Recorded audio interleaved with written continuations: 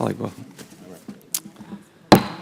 Committee on Oversight and Government Reform will come to order, and without objection, the Chair is authorized to declare a recess at any time.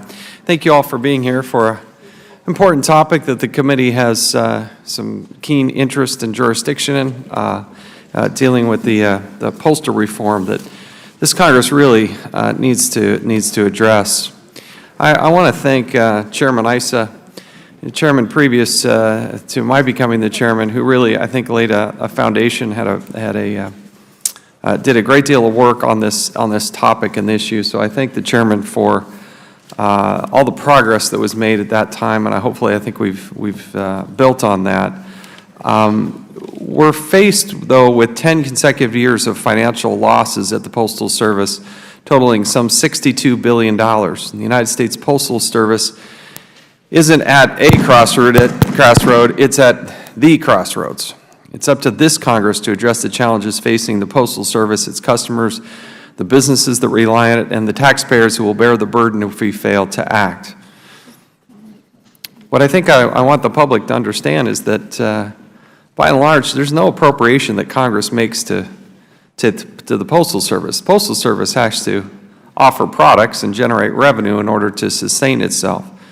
But there are some things that Congress can do to put it on a more even playing field, to make the system more fair as it moves forward.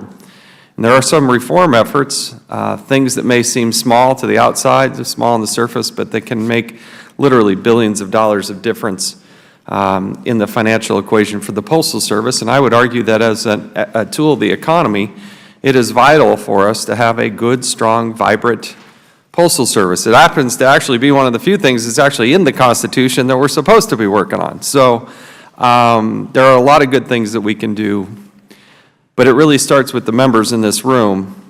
Let's understand that the difficulties facing the Postal Service are significant. Since 2006, the annual volume of mail delivered by the Postal Service has declined by roughly 30%. While some of these losses are offsetted by unprecedented growth in package delivery, the new revenue is not enough. The Postal Service faces some $119 billion in unfunded liabilities, including $52 billion in liabilities just for retiree health care.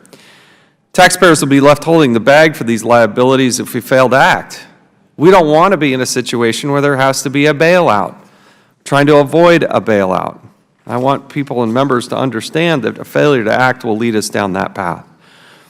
To its credit, the Postal Service has not sat by idly. Recognizing the challenges, the Postal Service embarked on aggressive cost-cutting measures during the last decade. The agency reduced its career employee headcount since 2006 by roughly 200,000 people. These are people, real people with families and incomes, but that is a dramatic change. I wish others in the federal government had maybe acted as responsibly as the Postal Service has, because they were able to do it without resorting to layoffs. Unfortunately, despite these efforts, the Postal Service cannot fully address its challenges without legislative reform. And for that reason, the last Congress, we worked very closely with Ranking Member Cummings, and I want to really thank him. I also want to thank Congressman Meadows, who's the chairman of our subcommittee who oversees this. He's poured an untold number of hours and passion into this and expertise, trying to find a reasonable solution. Also heavily engaged, Representative Conley, Representative Lynch, trying to come together and craft a comprehensive bipartisan reform proposal. And that's what I think is also imperative. If we're actually going to get to the finish line and get a bill on the President's desk, I'd like to see that as a bipartisan reform proposal that we can all get behind and champion. I didn't get everything I wanted. Congressman Cummings didn't get everything he wanted. But that's the nature of coming up with a compromise without compromising your principles, but coming up with a compromise that we can all live with that puts the Postal Service on the financial trajectory that it needs to be. Last July, I was proud to see our committee favorably report the bill by a voice vote. Unfortunately, it didn't make it across the finish line before the end of the Congress, but we did make a lot of progress, particularly with getting the CBO, the Congressional Budget Office, to come in and score the bill. Building on our legislation from last Congress, last week we introduced H.R. 756, the Postal Service Reform Act of 2007. Our bipartisan group of original co-sponsors grew by one with the addition of Congressman Dennis Ross. He was not on the committee in the last Congress, but he was on the committee before that and spent a lot of time working on the postal issues, and we appreciate his expertise. We're also benefited by the expertise of Brenda Lawrence. I want to thank her for her passion and commitment on this. She knows it firsthand, and she is a valuable voice in this legislation moving forward. In an era of partisan politics, this legislation represents a significant bipartisan compromise. The bill gives Postal Service the freedom it needs to successfully meet the business realities the agency faces. To do this, the bill allows the Postal Service to fully integrate its health care plans with Medicare. With such integration, the Postal Service can virtually wipe out its $52 billion retiree health care unfunded liability. Further, the bill achieves real savings by moving to more efficient mail delivery, saving the Postal Service more than $200 a year for each address that can be converted from the door-to-door delivery to centralized delivery. The bill also helps the agency more accurately evaluate its cost structure and reforms key governance matters. Our witness panel today represents a cross-section of the mailing industry stakeholders. I want to thank them personally. I also want to thank a lot of people that are in the audience today and others who we have spent considerable time with trying to come up with a reasonable bipartisan solution that puts the financial trajectory of the Postal Service in the right direction. It is a tool of the economy. It's something that affects every single American, and we need to get it right. With that, I will now recognize the ranking member, Mr. Cummings. Thank you very much, Mr. Chairman, and I do thank you for convening today's hearing to examine how we can accomplish the postal reform in this new Congress. Mr. Chairman, after years of work, we came very close, as you said, to enacting legislation reforming the Postal Service during the last Congress. But we simply just ran out of time. Mr. Chairman, you made a very strong commitment at the end of last year, the end of the term. You said this would be one of the first orders of business.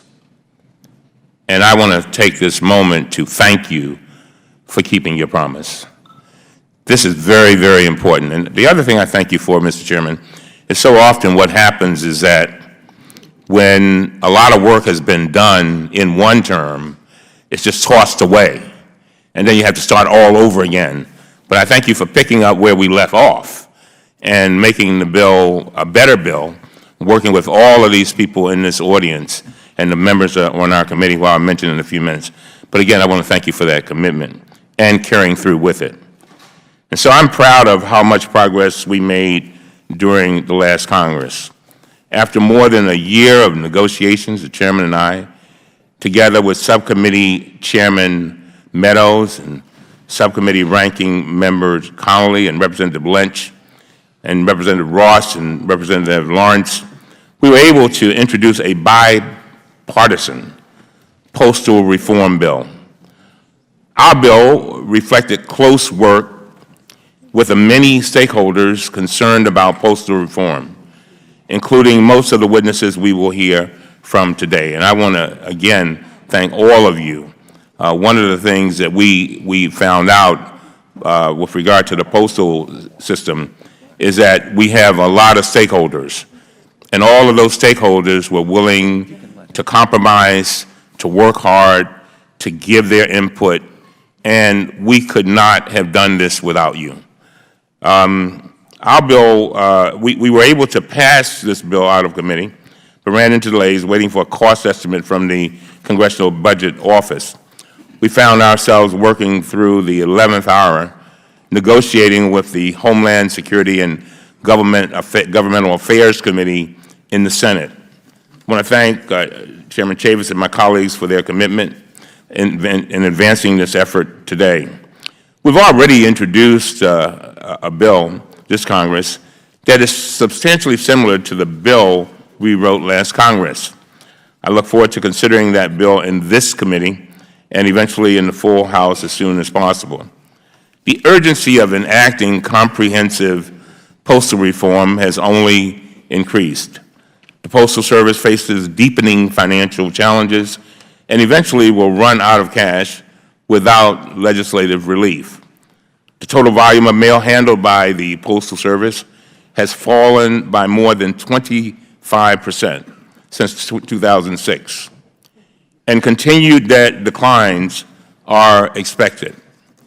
The costs of the Postal Service's operations have also risen, in part because the Postal Service is required to provide universal delivery service to every address in the United States. Every year, about 900,000 new addresses are created in this country, and the network of postal facilities, letter carriers, and workers must expand to deliver to every new address. 900,000, that's a lot. The Postal Service is burdened by a 2006 statutory requirement imposed by Congress to fully pre-fund its liabilities for retiree health care costs, a requirement that no other federal agency or private sector company faces. These liabilities, combined with the Postal Service's unfunded pension liabilities, currently total about $125 billion, which is almost double its annual revenues. Even as its fixed costs continue to grow, the exigent rate increase that had been approved to enable the Postal Service to recoup some of the losses incurred because of the 2008 recession's permanent impact on mail volume expired. Since 2006, the Postal Service has implemented significant cost-saving measures, including reducing positions and work hours and consolidating facilities and delivery routes. And I want to thank the Postmaster General for her efforts, but I also want to take a moment to thank the unions for bending over backwards and trying to work with the Postal Service and coming up with practical solutions so that on one hand, you protected your employees to make sure that they had security and benefits that they were promised, but at the same time did everything in your power to make sure we had a viable Postal Service. And from the depths of my heart, I thank all of you. Altogether, these actions have saved the agency some $14 billion per year. However, there are numerous legal restrictions that limit the Postal Service's ability to cut costs or introduce new products to counteract its deteriorating financial condition. As the Chairman said, none of us got everything we wanted in this bill. One of the things that I have worked for many years is trying to open up the doors for the Postal Service to do other things and to generate new types of income. The things that I really wanted in the bill is not there. But on the other hand, I didn't want to see us throw away this golden opportunity that we have, and perhaps we can work that out some other time. But again, none of us got what we want. I know there are people who are sitting in the audience who are saying, boy, I wish I had that and I wish I had this. Just wish we get the bill through, please. Taking all these requirements and trends together, the Postal Service reported a net loss of $5.3 billion for fiscal year 2016, which represents the 10th consecutive year of net losses. We have repeatedly discussed the deteriorating financial condition at the Postal Service in this committee, but the situation is now worsened by unprecedented lack of any Senate-confirmed members on the Postal Service's Board of Governors. Because many key management decisions are reserved by statute to the Senate-confirmed board members, there are many actions such as establishing rates, class, and fees for products that the Postal Service simply cannot take now. The need for postal reform is as urgent as it ever was. Fortunately, we also may be closer than ever to enacting reform. We must press ahead, all of us. We must continue to work together, Congress, the Postal Service, and the stakeholders, to achieve what has been out of reach for so many years. Only we can ensure that this 240-year-old institution, an institution that connects every family, every business, every community in this nation, will continue to be there to serve all Americans. And so I want to thank our witnesses for being here today once again to discuss what we must do to place the Postal Service on a viable, sustainable path for the future. And, Mr. Chairman, if with the unanimous consent, I'd like to give Jerry Connolly. Let me introduce both. Okay, fine. Okay. Yeah. I understand that the chairman will be introducing our subcommittee ranking and chairman, but I just want to say before you do that, I want to thank you, Mr. Meadows, and I want to thank you, Mr. Connolly, for working so hard to make this happen. Thank you, Mr. Chairman. I thank you. As the gentleman indicated, I would like to recognize Mr. Meadows and Mr. Conley to give brief statements as well. Mr. Meadows is recognized. Thank you, Mr. Chairman. I will be very brief. I want to thank you for, as the ranking member talked about, following up on your commitment to finish the work. We talked about the 11th hour. Actually, I think it was the 11th and a half hour or the 11th. I got more phone calls from Senator Carper before the first of the year than I think my wife would normally endure. And so that being said, we're picking up where we left off, hopefully to get it across the finish line in a way that probably makes everybody both happy and sad at the same time, and that's the only way that you get a good bipartisan compromise, is to make sure that there's something for everyone to complain about and for everybody to brag about. And that being said, I think it's incredibly important to recognize that if we do not act, this is really going to affect jobs. When you look at the backbone of the Postal Service, it is not just for those postal employees, but it's for the 7.5 million jobs that it represents either directly or indirectly throughout our economy. And failure to act would also mean that it would require a bailout on behalf of the American taxpayer, something that I am acutely sensitive to and want to avoid if we can. To the tune of some $119 billion minimum.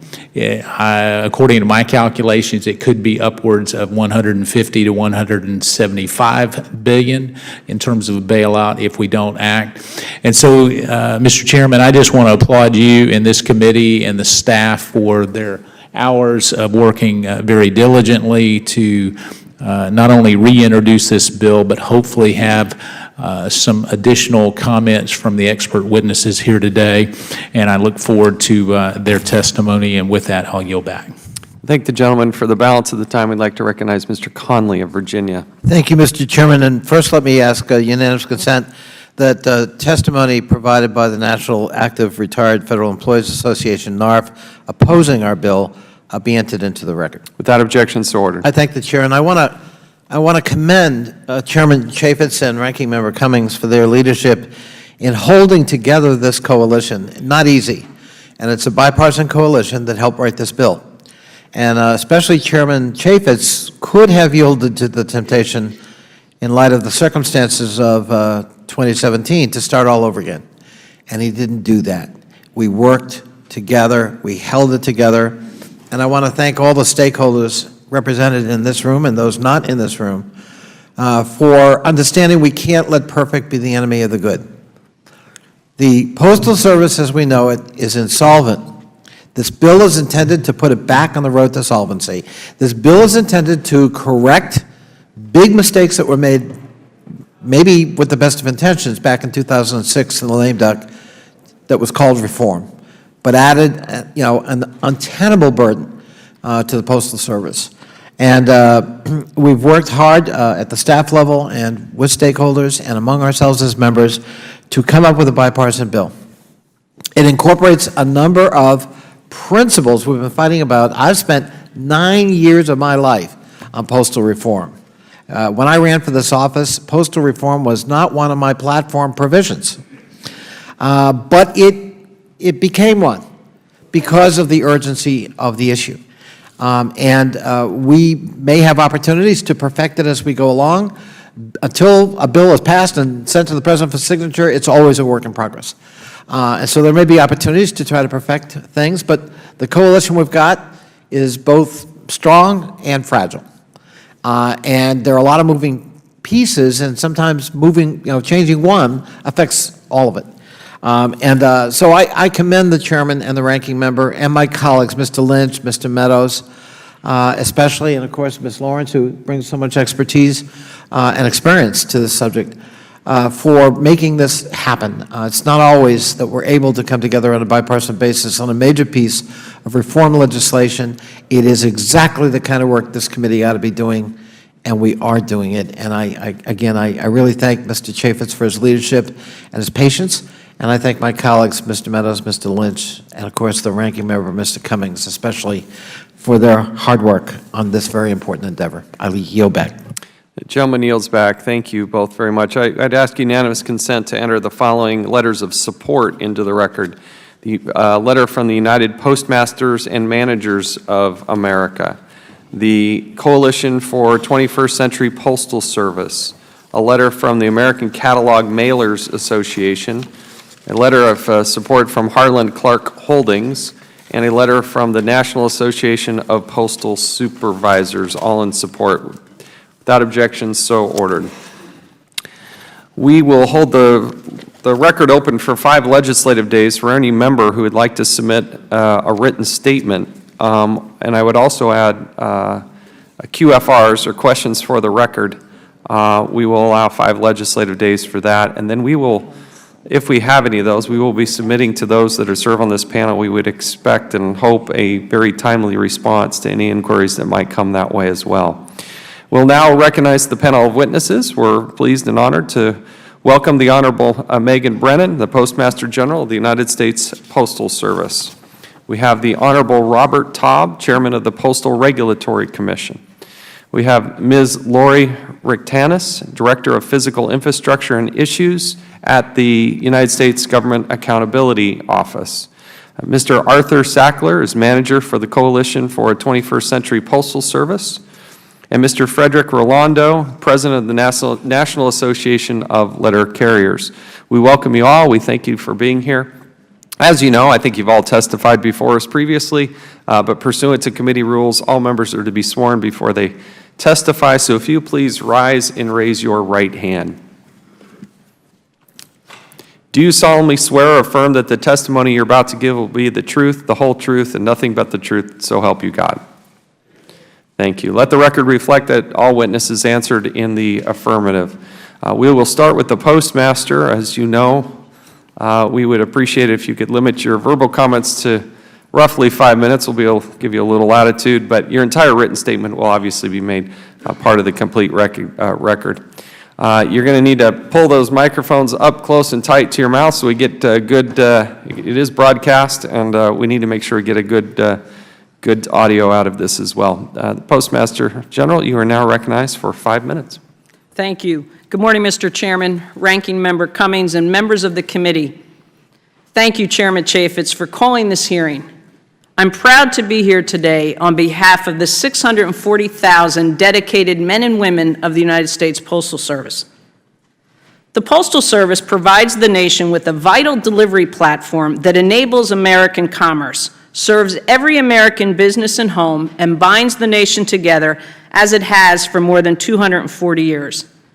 The Postal Service is self-funded. We pay for our operations through the sale of postal products and services and do not receive tax revenues to support our business. Over the past decade, total mail volume declined by 28%. First-class mail, which makes the greatest contribution to covering the cost of our networks, declined by 36%. In response, we have streamlined our operations, restructured our networks, reduced the size of our workforce, and improved productivity. As a result of these efforts, we've achieved annual cost savings of approximately $14 billion. We also successfully stabilized marketing mail revenues and grew our package business, which together drive e-commerce growth. However, given the constraints imposed by law, all of those actions cannot offset the negative impacts caused by the consistent decline in the use of first-class mail. The Postal Service is required to maintain an extensive network necessary to fulfill our universal service obligation to deliver the mail to every address 6 days a week, regardless of volume. The cost of the network continues to grow as approximately 1 million new delivery points are added each year. However, less volume, limited pricing flexibility, and increasing costs means that there is less revenue to pay for our growing delivery network and to fund other legally mandated costs. Since 2012, the Postal Service has been forced to default on $33.9 billion in mandated payments for retiree health benefits. Without these defaults, the deferral of critical capital investments and aggressive management actions, we would not have been able to pay our employees and suppliers or deliver the mail. Despite our achievements in growing revenue and improving operational efficiency, we cannot overcome systemic financial imbalances caused by business model constraints. Without legislative and regulatory reform, our net losses will continue and our financial position will worsen, threatening our ability to meet America's evolving mailing and shipping needs. Mr. Chairman, we believe there is broad support for the core provisions of the bill you have introduced.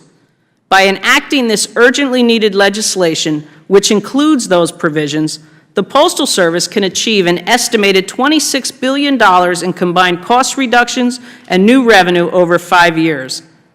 Enactment of these provisions, favorable resolution of the Postal Regulatory Commission's pricing review system, and continued aggressive management actions will return the Postal Service to financial stability. Medicare integration is the cornerstone of your bill.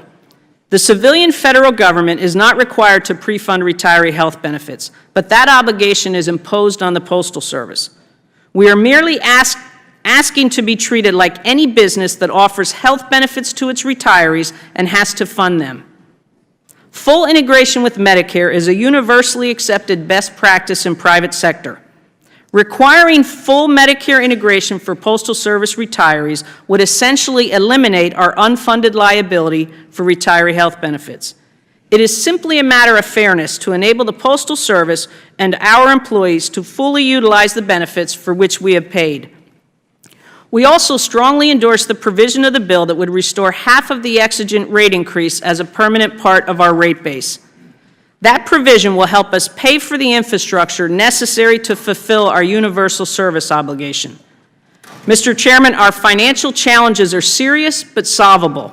We appreciate your continued support and your focus on bipartisan postal reform in the 115th Congress. H.R. 756 is fiscally responsible and enables the Postal Service to invest in the future and to continue to provide affordable, reliable, and secure delivery service to every business and home in America. Mr. Chairman, Ranking Member Cummings, I look forward to working with you and this committee and our stakeholders to restore the financial health of the United States Postal Service. This concludes my remarks, and I welcome any questions that you and the committee may have. Thank you very much. Thank you. Chairman Taub, you're now recognized for 5 minutes. Chairman Chaffetz, Ranking Member Cummings, members of the committee, good morning. I'll hit a few key points from the Commission's very detailed written testimony. Not much has changed from my last appearance here about 9 months ago. In summary, the Postal Service still faces significant financial obstacles for the future. With its growing liability of retiree health benefits, the inability to borrow for needed capital investments, and the continued loss of high-margin first-class mail revenues, the important task of improving the financial condition of the Postal Service remains daunting. Its total liabilities exceed its total assets by $56 billion. The fundamental problem is that the Postal Service cannot currently generate sufficient funds to cover its mandated expenses and also invest in critically deferred capital needs, such as new delivery vehicles and package sorting equipment. The pressing question is, what needs to be done to improve the financial condition of the Postal Service? Pursuant to statute, the Commission recently submitted a report evaluating the operations of current postal law to the President and Congress. This report provided a variety of recommendations for legislation, which are attached to my written statement. Significantly, the Commission determined that the most important recommendations it could make related directly to improving the Postal Service's financial condition. I commend this committee's bipartisan leadership for coming together just last week, as you did last Congress, to introduce legislation to address these challenges. H.R. 756 is specifically designed to put the Postal Service on sound financial footing.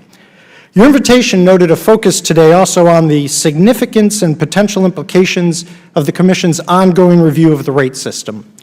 By law, after December 20th, 2016, the Commission must review the decade-old price cap system for regulating market-dominant products to determine if the system is achieving its statutory objectives, and if it is not, to, quote, make such modification or adopt such alternative system, end quote, to achieve the objectives.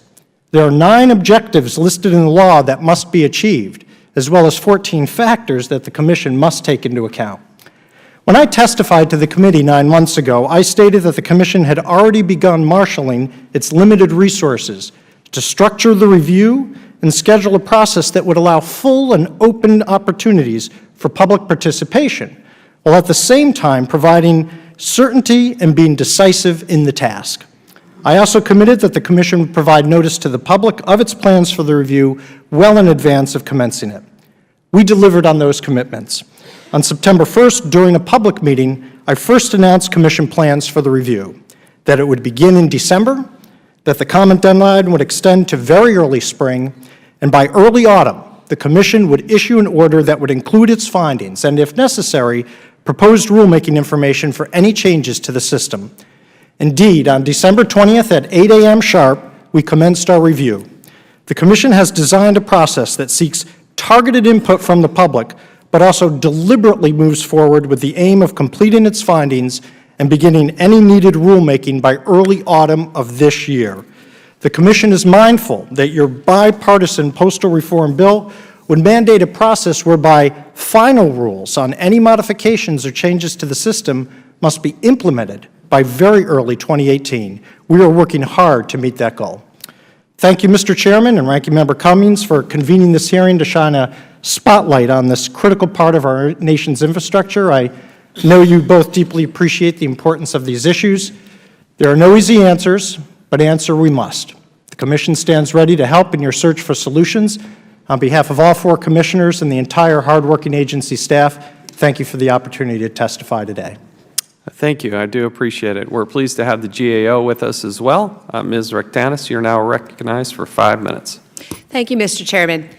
Chairman Chaffetz, Ranking Member Cummings, and members of the committee, thank you for the opportunity to be here today to discuss the Postal Service's financial challenges. While the Postal Service is a critical part of the nation's communication and commerce, its financial situation puts it at risk of not being able to carry out its mission. Its financial condition has been on GAO's high-risk list since 2009.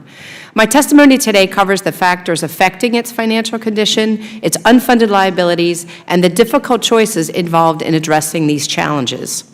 First, the continued deterioration of the Postal Service's financial condition is simply a truth that revenues are not keeping up with expenses, a trend since 2007.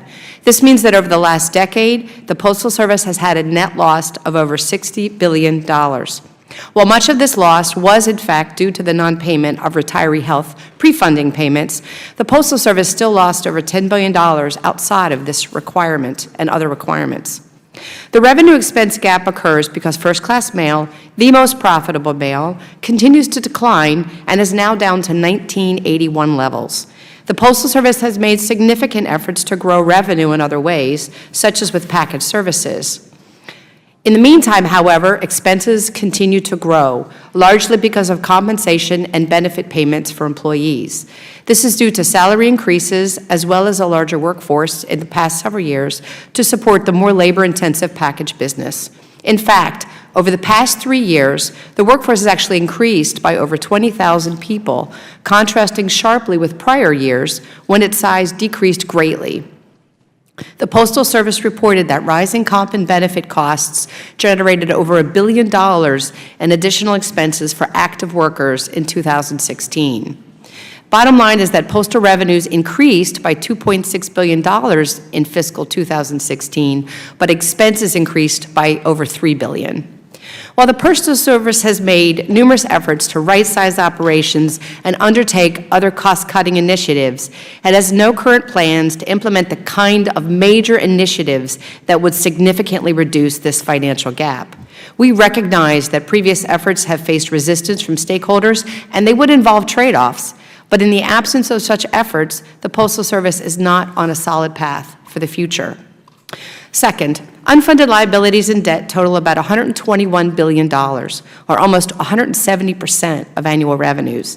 They are mostly retiree health and pension benefit obligations for which the Postal Service has not set aside sufficient funds.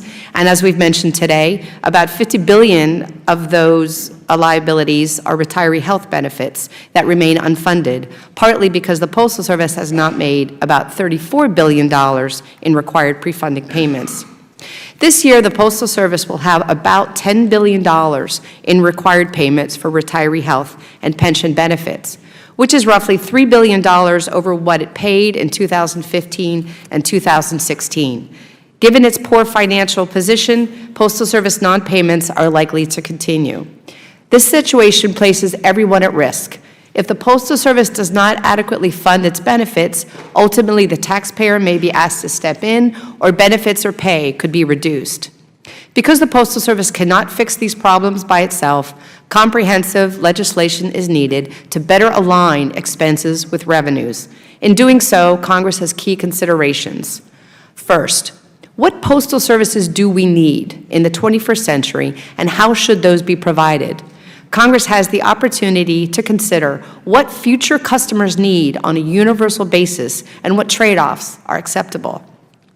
Second, what is the appropriate level of compensation and benefits in an environment of revenue pressures? Congress can consider requiring that the Postal Service's financial condition be considered in any binding arbitration.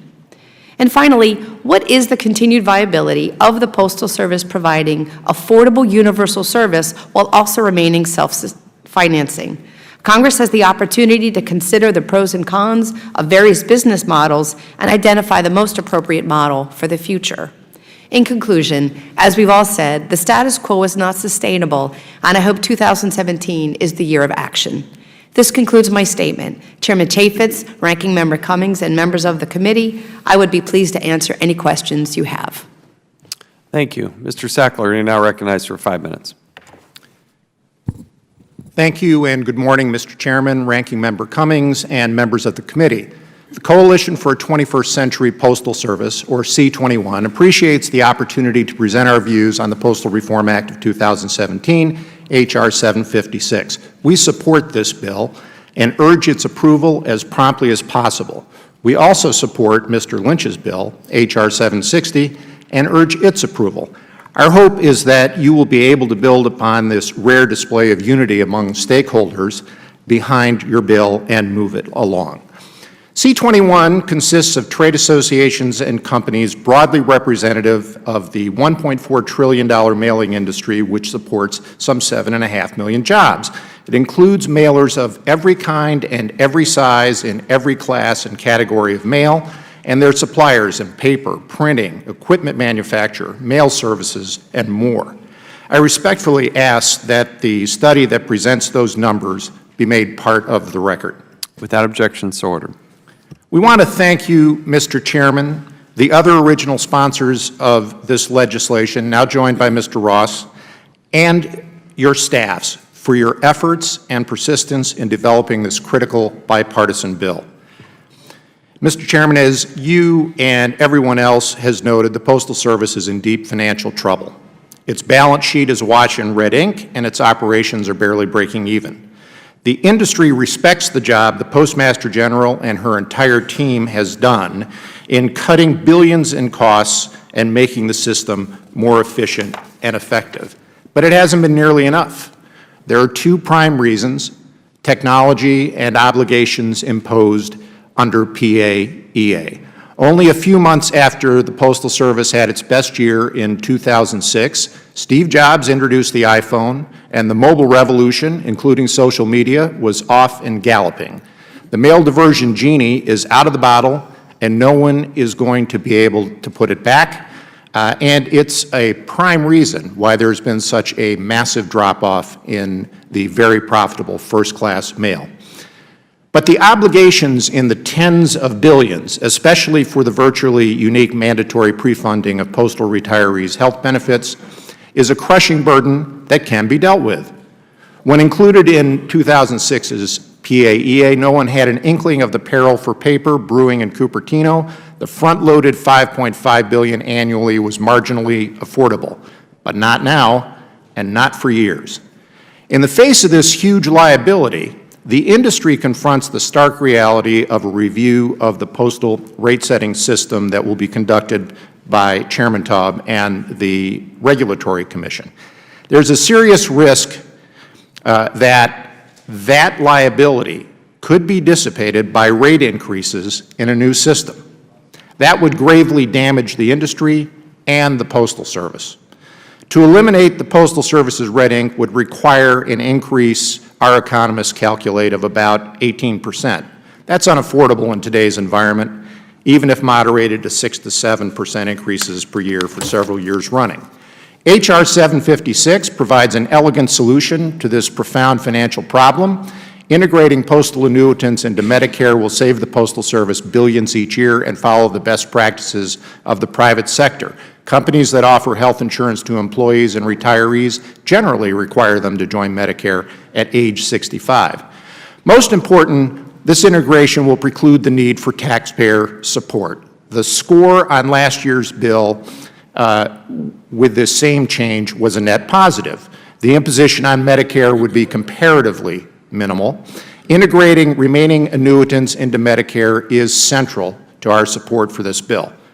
The implications of this bleak financial situation are near existential for Postal Service in its current form, so we support H.R. 756, notwithstanding its one-time market-dominant postal rate increase of 2.15%.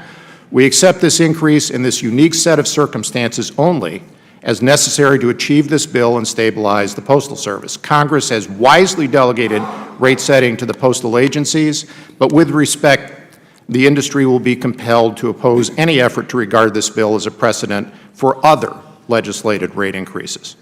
The industry has long supported the self-sustaining postal system funded entirely by postage. That remains the best course from our perspective. And that is the beauty of your bill. It vastly improves the Postal Service's financial stability, keeps the Postal Service self-sustaining, and wards off any prospect of a taxpayer bailout, as you noted, Mr. Chairman. With that, I will conclude my testimony. Thank you for this opportunity, and I will be happy to answer any questions you or your colleagues may have. Thank you. Mr. Rolando, you're now recognized for 5 minutes.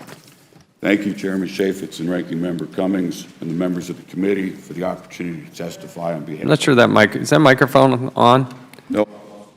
Oh, okay, but it's there. Is that better? That is much better. All right. There you go. Again, thank you for the opportunity to testify on behalf of 295,000 active and retired letter carriers and the 3 other postal unions, the APWU, the Rural Letter Carriers, and the Mail Handlers Union.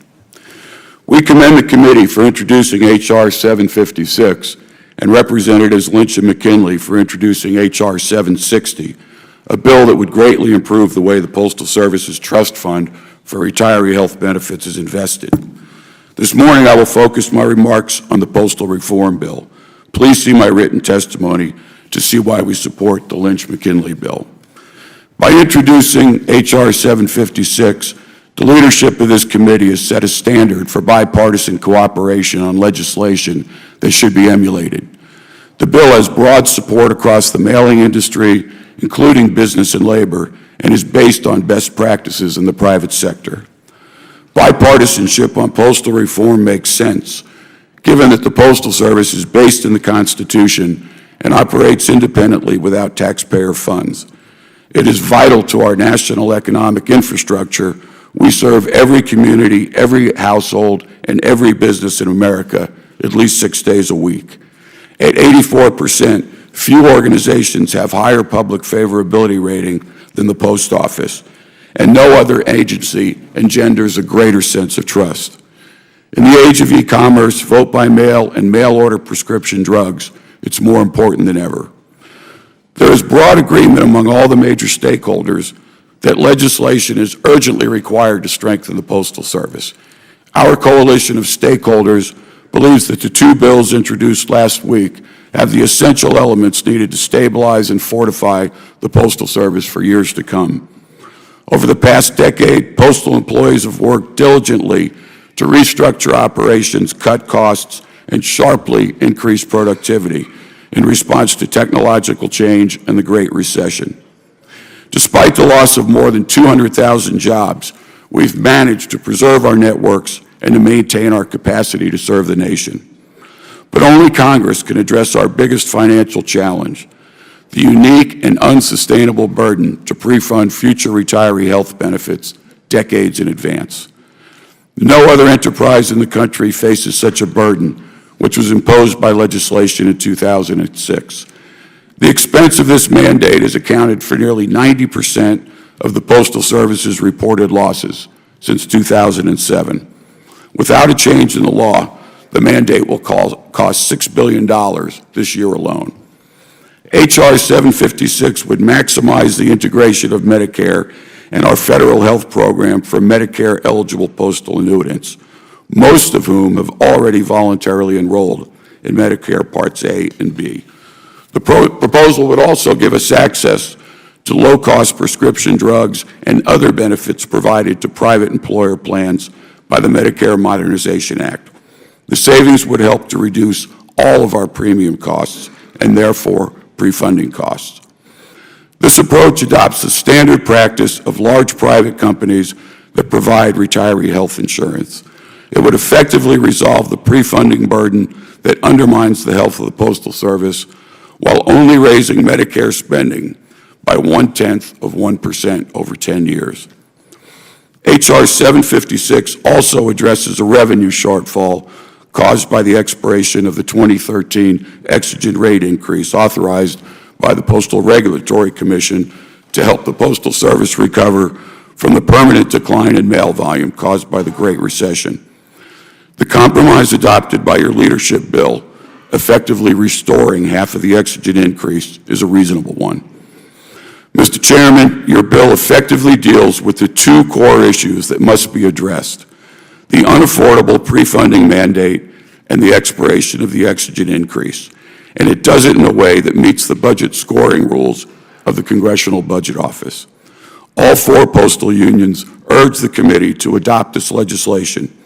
We pledge to work with all of you in our broad coalition of mailing industry partners to achieve postal reform this year. Together, we can strengthen a great national institution, and even better, we can show the country that it is still possible to make our democracy work for the common good at a time of great partisan polarization. Thanks again for inviting me to testify today.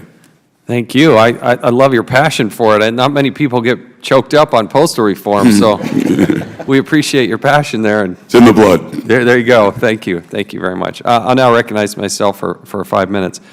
One of the choices that is before us is to do nothing, right? Just let her go. Just keep on the same trajectory. I'd like to kind of hit the three. Let's start with Ms. Rectanis. From your perspective, do nothing, what happens? To be quite simply, I guess the doomsday is we're going to run out of money. As an example, in 2017, with the restructuring, the $52 billion that the Postal Service has put aside, that's where premiums are going to start to come out of now. And given that for retirees, the Postal Service has paid 3 to 4 premiums a year, $1 billion in premiums a year, with a total of $52 billion, it's not hard to understand that that fund's going to run out of money. So if we run out of money, what happens? We're talking about a taxpayer bailout, as you had talked about. We're talking about reducing pay and benefits, which could come to trouble. Or we could talk about saddling the Postal Service with coming up with more money when they probably do not have that. So there's not really a good scenario other than we're going to run out of money. Chairman Taub, what's your perspective on that? I'd concur with GAO on that. I think I would add that we're in some ways past the point where it's somewhat salvageable. I think in the early years after the Great Recession, if it was just the pre-funding issue and that had gotten fixed, Postal Service may have had some breathing room. Right now, over half of the problem goes beyond just the pre-funding, and we're starting to see, as I said, the impact of assets that have not only getting to the end of their depreciated life, but are fully depreciated. And the inability to invest in where there are opportunities of innovating the core, as the Postmaster General calls it, you need capital to do that. And when your borrowing authority is maxed out, you have roughly 30 days of cash on hand. Not only would I concur with the GAO's assessment, but I would argue we're already in the danger zone. But what's your general perception, if you can, and you may not be able to, but what is your general perception of what would happen to postal rates?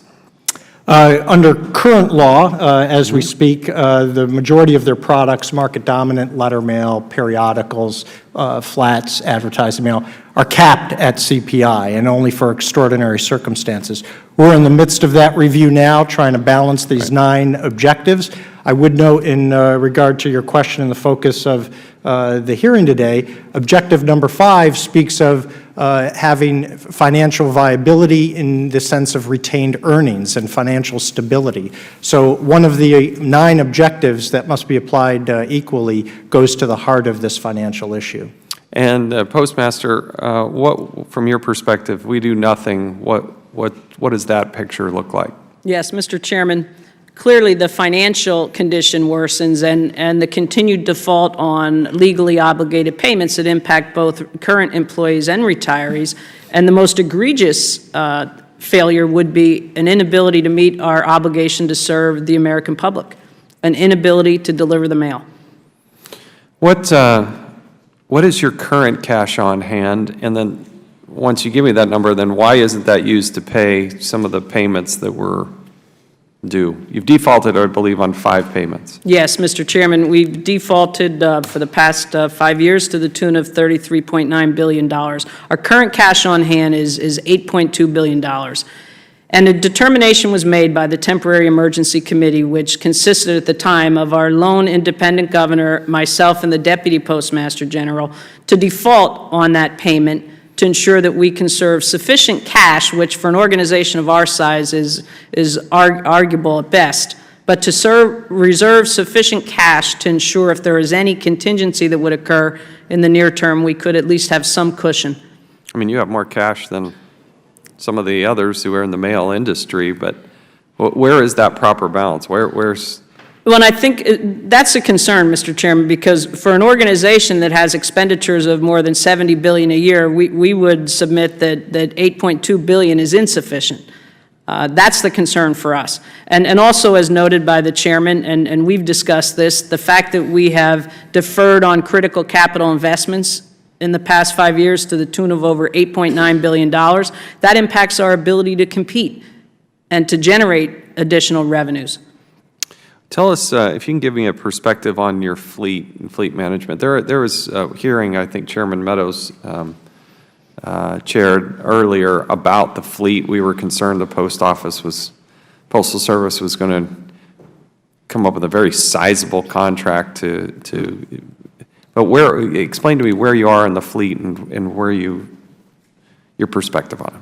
Yes, Mr. Chairman. Well, we have one of the largest civilian fleets in the country with over 212,000 vehicles traveling more than 4 million miles a day. The fleet, though, is at the end of its expected life, particularly our delivery vehicles, that the average age is over 25 years. And the maintenance, annual maintenance cost is over $1 billion. So we have an approach to look at the next generation delivery vehicles that currently we're in the midst of a prototype testing period where we're working with 6 different suppliers to provide us with these vehicles that we will test over the course of the next 18 months. We also just, this week actually, a request for proposal for a commercial off-the-shelf solution for right-hand drive vehicles is expected. So we've got a multi-pronged approach looking at how to address the vehicle fleet. Okay. Mr. Cummings had just one question. What are we doing about, when you consider the fleet, making it in America? I mean, are these, what do you all aim at? Is there any, we've got a lot of concern about trying to make sure we give our automobile industry as much business as possible. I just wondering what you did. And Congressman Cummings, we haven't made any decision in terms of the production phase of that next generation delivery vehicle, but we will follow our typical protocol, which is preference for domestically sourced parts, and we will require production of the vehicle, assembly of the vehicle in the United States. Well, you should expect to hear from President Trump this afternoon. All right, we'll now recognize the gentleman from Massachusetts, Mr. Lynch, for 5 minutes. Thank you, Mr. Chairman, and I want to thank the witnesses. Mr. Chairman, you deserve great credit on this. I have to say you've done a masterful job with the able support of Mr. Cummings and the relentless leadership of Mr. Connolly and Mr. Meadows, who have really avoided the landmines during this whole process. And I think as well we have been helped enormously by Ms. Lawrence on our side and Mr. Ross, who a long time ago get into this battle. There are a bunch of others. You know, it's just been a negotiation. We've been in the trenches. It's been a little bit like mud wrestling at times, but we've come out of this in pretty good shape based on the stakeholders' testimony this morning. I don't want to leave anybody out here. I know that Fred Rolando, our president of the letter carriers, is here, but also behind him, Jim Sauber and Corey Keller have been enormously helpful to us during negotiations. With the rural letter carriers, Jeanette Dwyer and Paul Schwartz have been terrific. The APWU, that's my mother's union and my sister's union. I have about 17 members of my extended family that are either letter carriers or postal clerks, so this is important for me to be able to go home. But Mark Dimmenstein and Jennifer Warburton have been terrific with us. Great job. And our mail handlers, President Paul Hagrogian and also Bob Losey with the Laborers International and the Mail Handlers Union have been terrific. And also Postmaster Brennan, you've been dynamite on this, and there's been there's been compromise necessary on all parts, but you've been terrific in your relationship with the unions, which has made my life much easier. But also Sheila Myers and Ron Stroman, our old friend who used to be on this committee, and as well the staff on both sides. Majority staff has been extremely patient, as is our staff. They've been doing a great job. Probably the key component of this proposal is really is two-pronged. One is the establishment of postal-specific health plans within the Federal Employees Health Benefit Program. What we're going to do is require postal employees to actually sign up for Medicare and coordinate their benefits. Is going to save us a ton of money, and also get away from that annual $5.5 billion that we require the Postal Service to contribute to accelerating their retirees' health benefits. But I just do want to ask the Postmaster General about that. So there are some concerns out there about the funding of the funding of that piece that will require postal employees to sign up for Medicare, and that it is some type of giveaway. That's what I've heard out there. Now, you and I know differently, but could you explain to me how much money the postal workers have contributed to Medicare, but in large part have not participated in that? Could you describe that for me, please? Yes, Congressman. In our opinion, this is a question of fairness. We're merely asking that we be treated like any other self-funded entity that provides retiree health benefits, as noted by a number of the panelists. It's best practice in private sector. And that's the ask from the Postal Service. And our employees and the Postal Service have paid more than $30 billion into the Medicare Trust Fund since the early 80s. And we're just asking to receive the benefit for which employees have paid. That's great. Mr. Orlando, on the accelerated funding of employee health benefits that costs the Post Office about $5.5 billion a year, is there any other agency in the United States government that is required to accelerate their funding like this, or are they allowed to pay as people are projected to retire? Could you press your, there you go. You sound like a Patriots fan. No comment. Take the fifth, I know. No, there's no other agency or private company that is required to do the pre-funding. And I think relative to the chairman's question, I think what happens absent the legislation is one of two things. We either are in a position to just pay the premium each year for the retiree health benefits and remain 50% pre-funded, which is 50% more than anybody else. Or the other option would be if we need to be at 100%, we have to deal with that in the rates process, which nobody else wants to do. Okay, thank you very much. Mr. Chairman, I thank you for your indulgence, and I yield back. I thank the gentleman. Ms. Brennan, I want to make sure we clarify one thing. I think your statement was that, and maybe I misheard, that postal employees paid $30 million. I think it's $30 billion. $30 billion, Okay, sir. all Yes, right, all $30 right. billion. Thank you. The chair recognizes the gentleman from Texas, Mr. Farenthold, for 5 minutes. Thank you very much. And Postmaster General Brennan, the big financial crush, obviously, that we hear again and again is the decline in the volume of first-class mail, which is basically your profit center. And so is there a bottom to this where, as people have started to get all of their bills by electronic mail and are paying electronically, there's the email penetration is way up there in this country, but there's certain things you just want to do in the mail, thank you notes, certain types of invitations.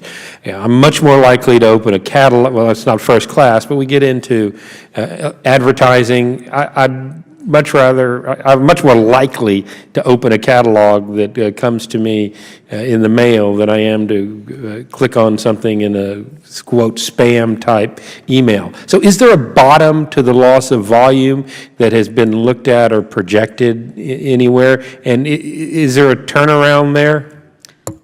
Congressman, the single-piece first-class mail, which is the stamped mail, which is most susceptible to electronic diversion, we do project out the current secular trends to continue, roughly a 4% decline each year. In perpetuity? As far out as the next 5 years. Beyond that, I think it's more art than science, frankly. What I would submit is that the largest portion of the first-class mail piece is commercial mail, which is, as an example, bill presentment. Mr. Sackler represents a number of these mailers and would tell you that the value of that mail, and many consumers still want that statement in the mail. We have worked with the industry, promotions, to turn that mail room into a marketing center as opposed to just a cost center. So that's gone a long way in terms of helping to stabilize that particular component of the mail. But I think our responsibility, and we've demonstrated that, is that we will continue to scale to demand. Adjust the infrastructure as necessary. But there's a limit to how you can scale to demand, I would think, when you've got to service 100% of the country. So I guess that's my next question is, you mentioned that part of your expenses is 6-day delivery to everywhere. Is it worth looking at some point in the future, maybe not 6 days to everywhere for everything?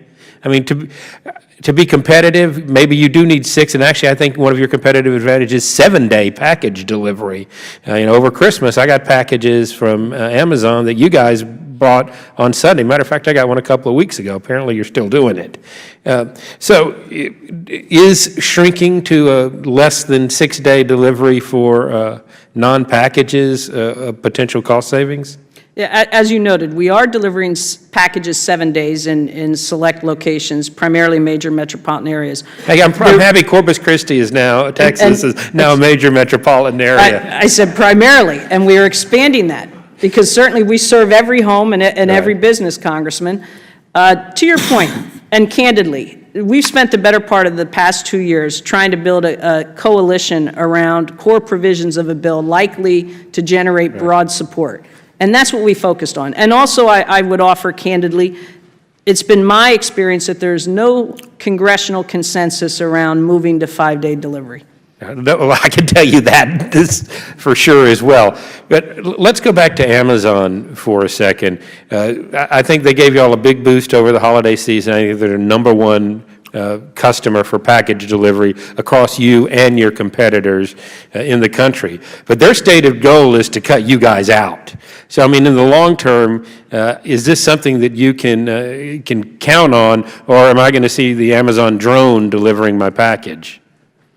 Amazon is obviously a valued customer and business partner. I would say that there is competition in every product line, and none more than in the last mile of delivery, whether it be the traditional competitors, Amazon, the crowdsourcing of package delivery. So we're well aware of what those headwinds look like. And again, I would offer that our ability then to scale to demand. We've got to compete for that business every day, and we'll continue to do that to earn that business.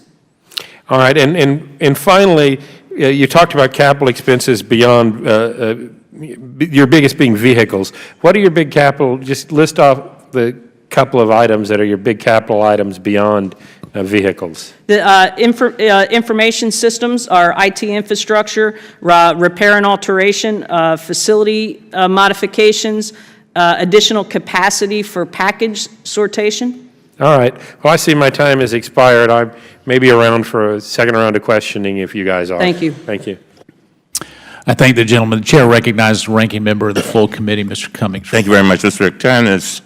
The last time you were here to discuss the postal issues in May of 2016, you testified, and I quote, "The Postal Service's financial condition continues to deteriorate." You attributed the decline in the financial condition to declining mail volume and growing expenses. What trends have you observed in the Postal Service's financial condition over the last 8 months, and has that deterioration continued? We've observed a continued sort of the same decline that we saw before. The same types of losses, about the same non-payment of the pre-funding, continuing in the difficulty to generate the kind of revenue in order to support the expenses. And let's go through some of the financial figures for fiscal year 2016. Ms. Brennan, at the end of fiscal year 2016, the Postal Service reported $610 million in controllable income, compared to $1.2 billion in controllable income at the end of fiscal year 2015. Is that right? That's correct. Controllable income excludes retiree health benefits, pre-funding pension liabilities, and workers' compensation liabilities, correct? That's correct. According to your fiscal year 2016 financial results, as a result of the expiration of the exigent rate increase, and I quote, "Revenue for 2016 was lower by approximately $1 billion when it otherwise would have been." And the Postal Service has reported that, and I quote, "Going forward, without the surcharge, the Postal Service expects its revenue to decline from what it otherwise would be by almost $2 billion per year." Ms. Brennan, can the Postal Service afford to lose an additional $2 billion in revenue each year going forward? No, sir. Do you believe that the exigent rate increase needs to be restored?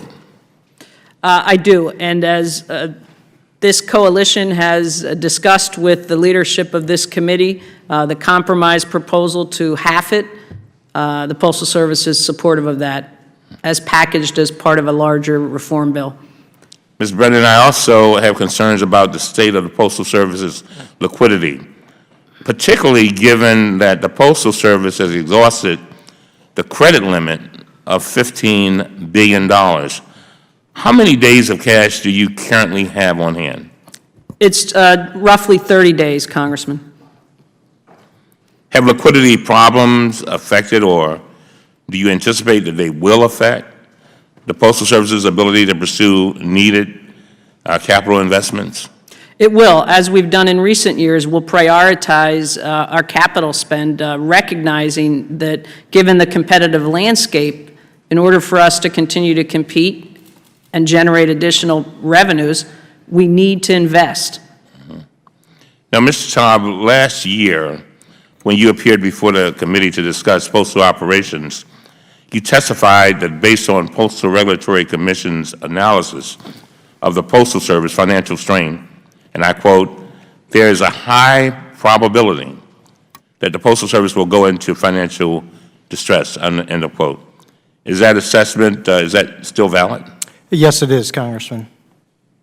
Absent any legislative action, when might the Postal Service experience financial distress? Trying to crystal ball things like that is difficult, but I would say in the short term, we're looking in that 5-year window, as the Postmaster General indicated. They've done their own look forward, and absent change, about in the 2 to 3 year window, there's some real challenges for the Postal Service.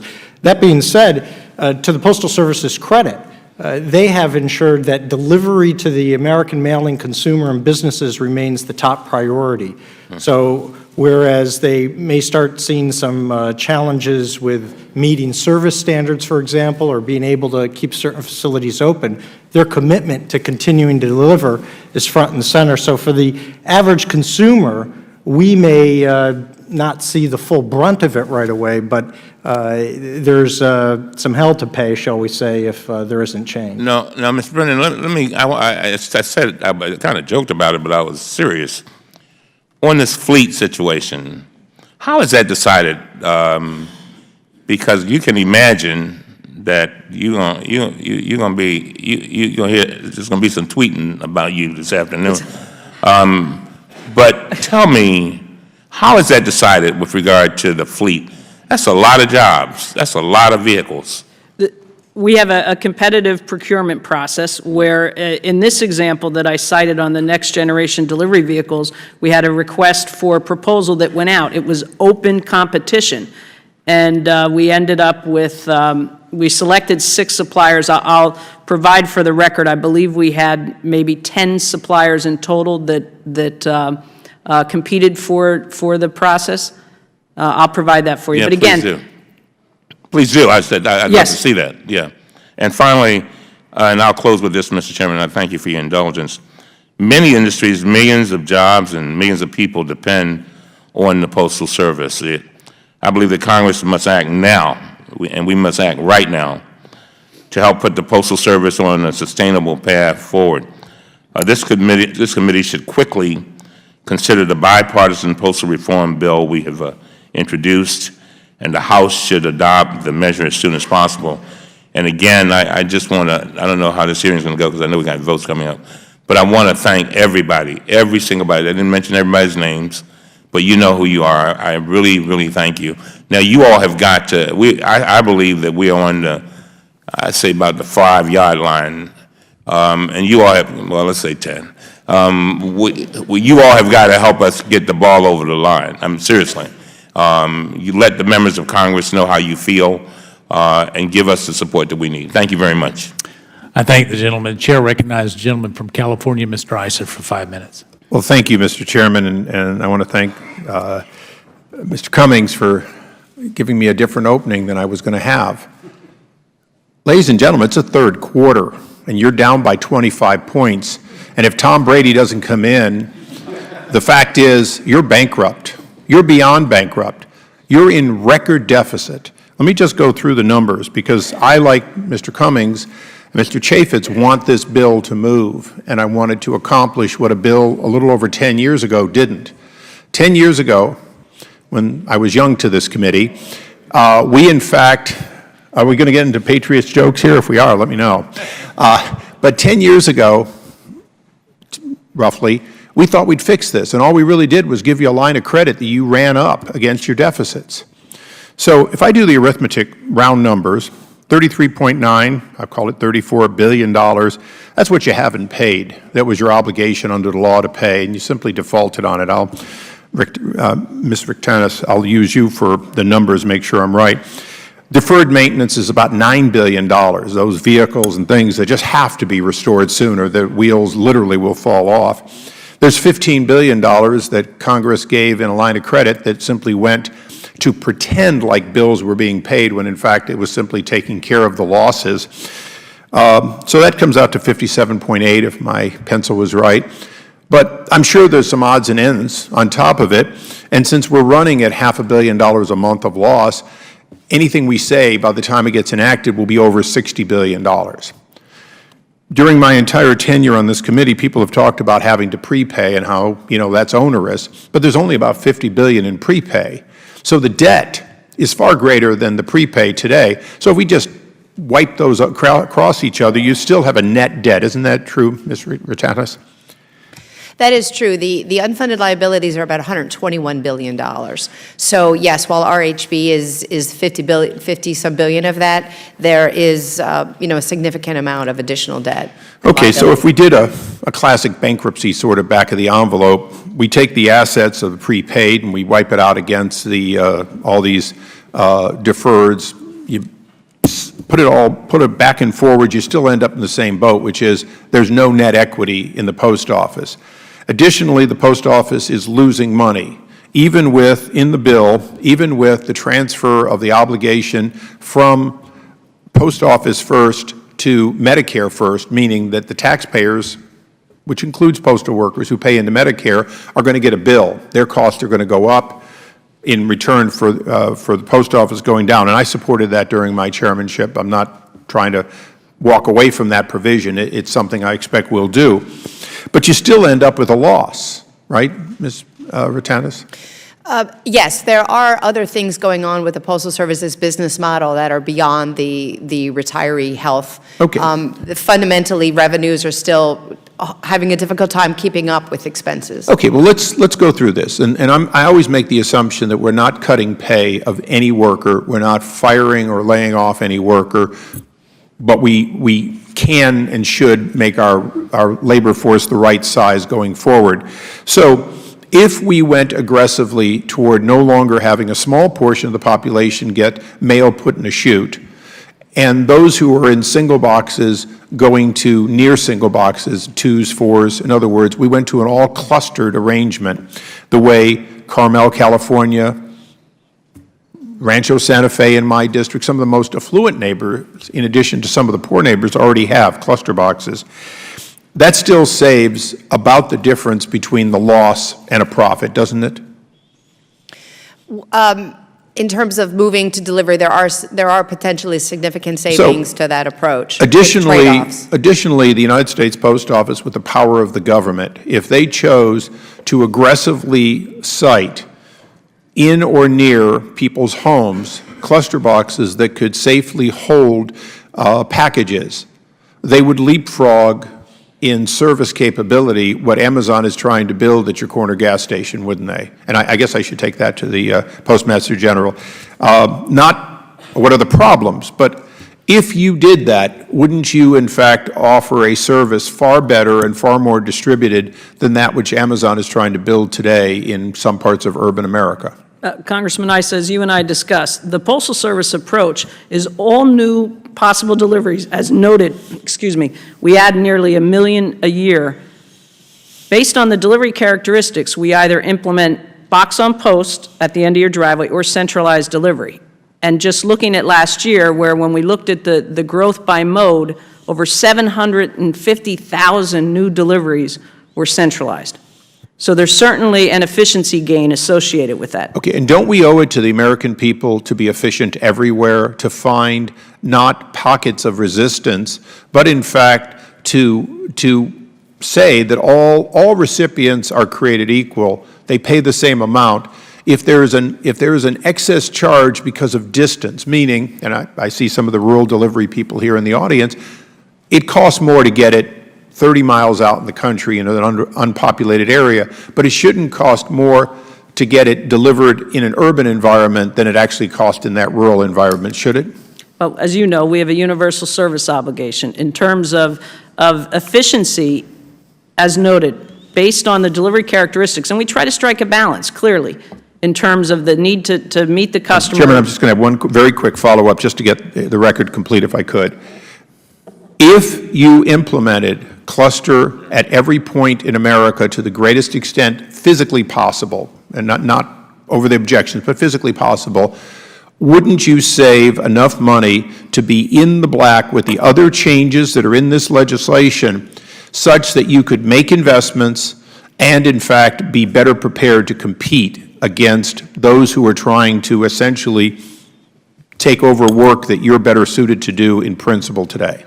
The gentleman's time's expired, but you can briefly answer. Thank you. I would say in addition to this bill, a favorable outcome of the PRC 10-year price review and continued aggressive management actions, we can be solvent a decade beyond. Thank you, Mr. Chairman.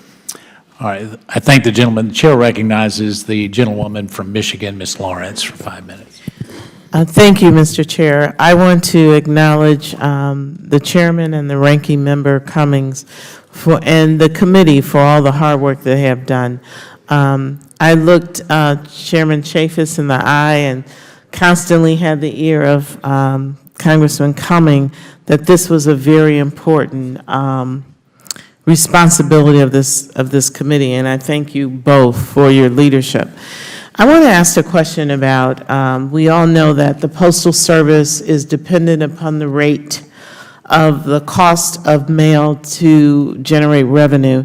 So under the Postal Accountability Enhancement Act, the Postal Regulatory Commission was required to establish a new system to regulate rates for market-dominant products.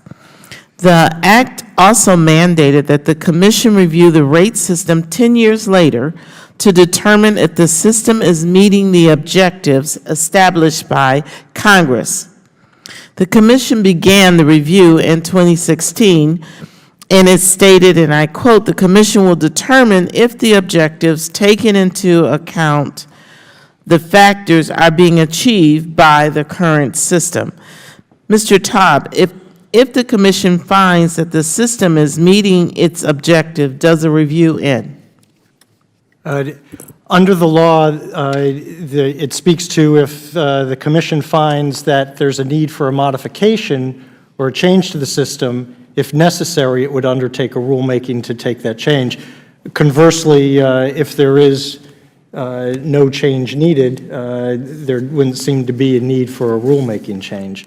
But that being said, we're in the midst of that review, and I certainly don't want to prejudge how it might come out.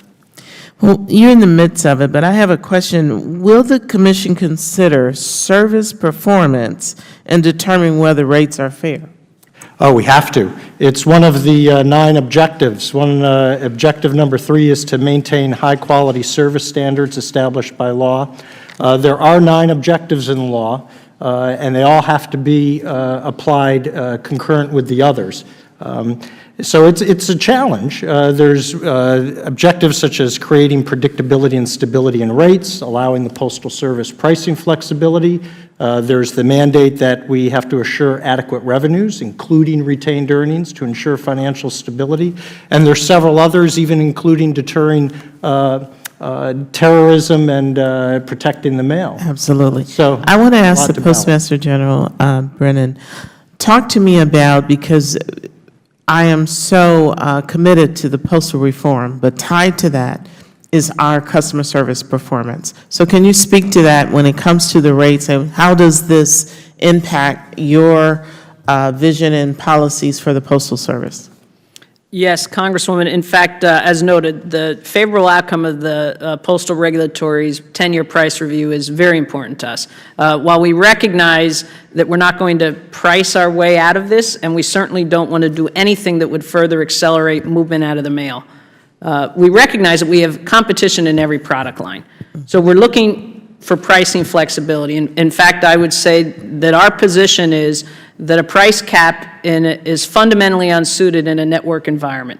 That said, for us, service goes beyond transit time, and as you and I have discussed, it's that customer experience at every touch point in the organization, and we are investing in additional training to ensure that we are providing the best possible customer experience for the American public.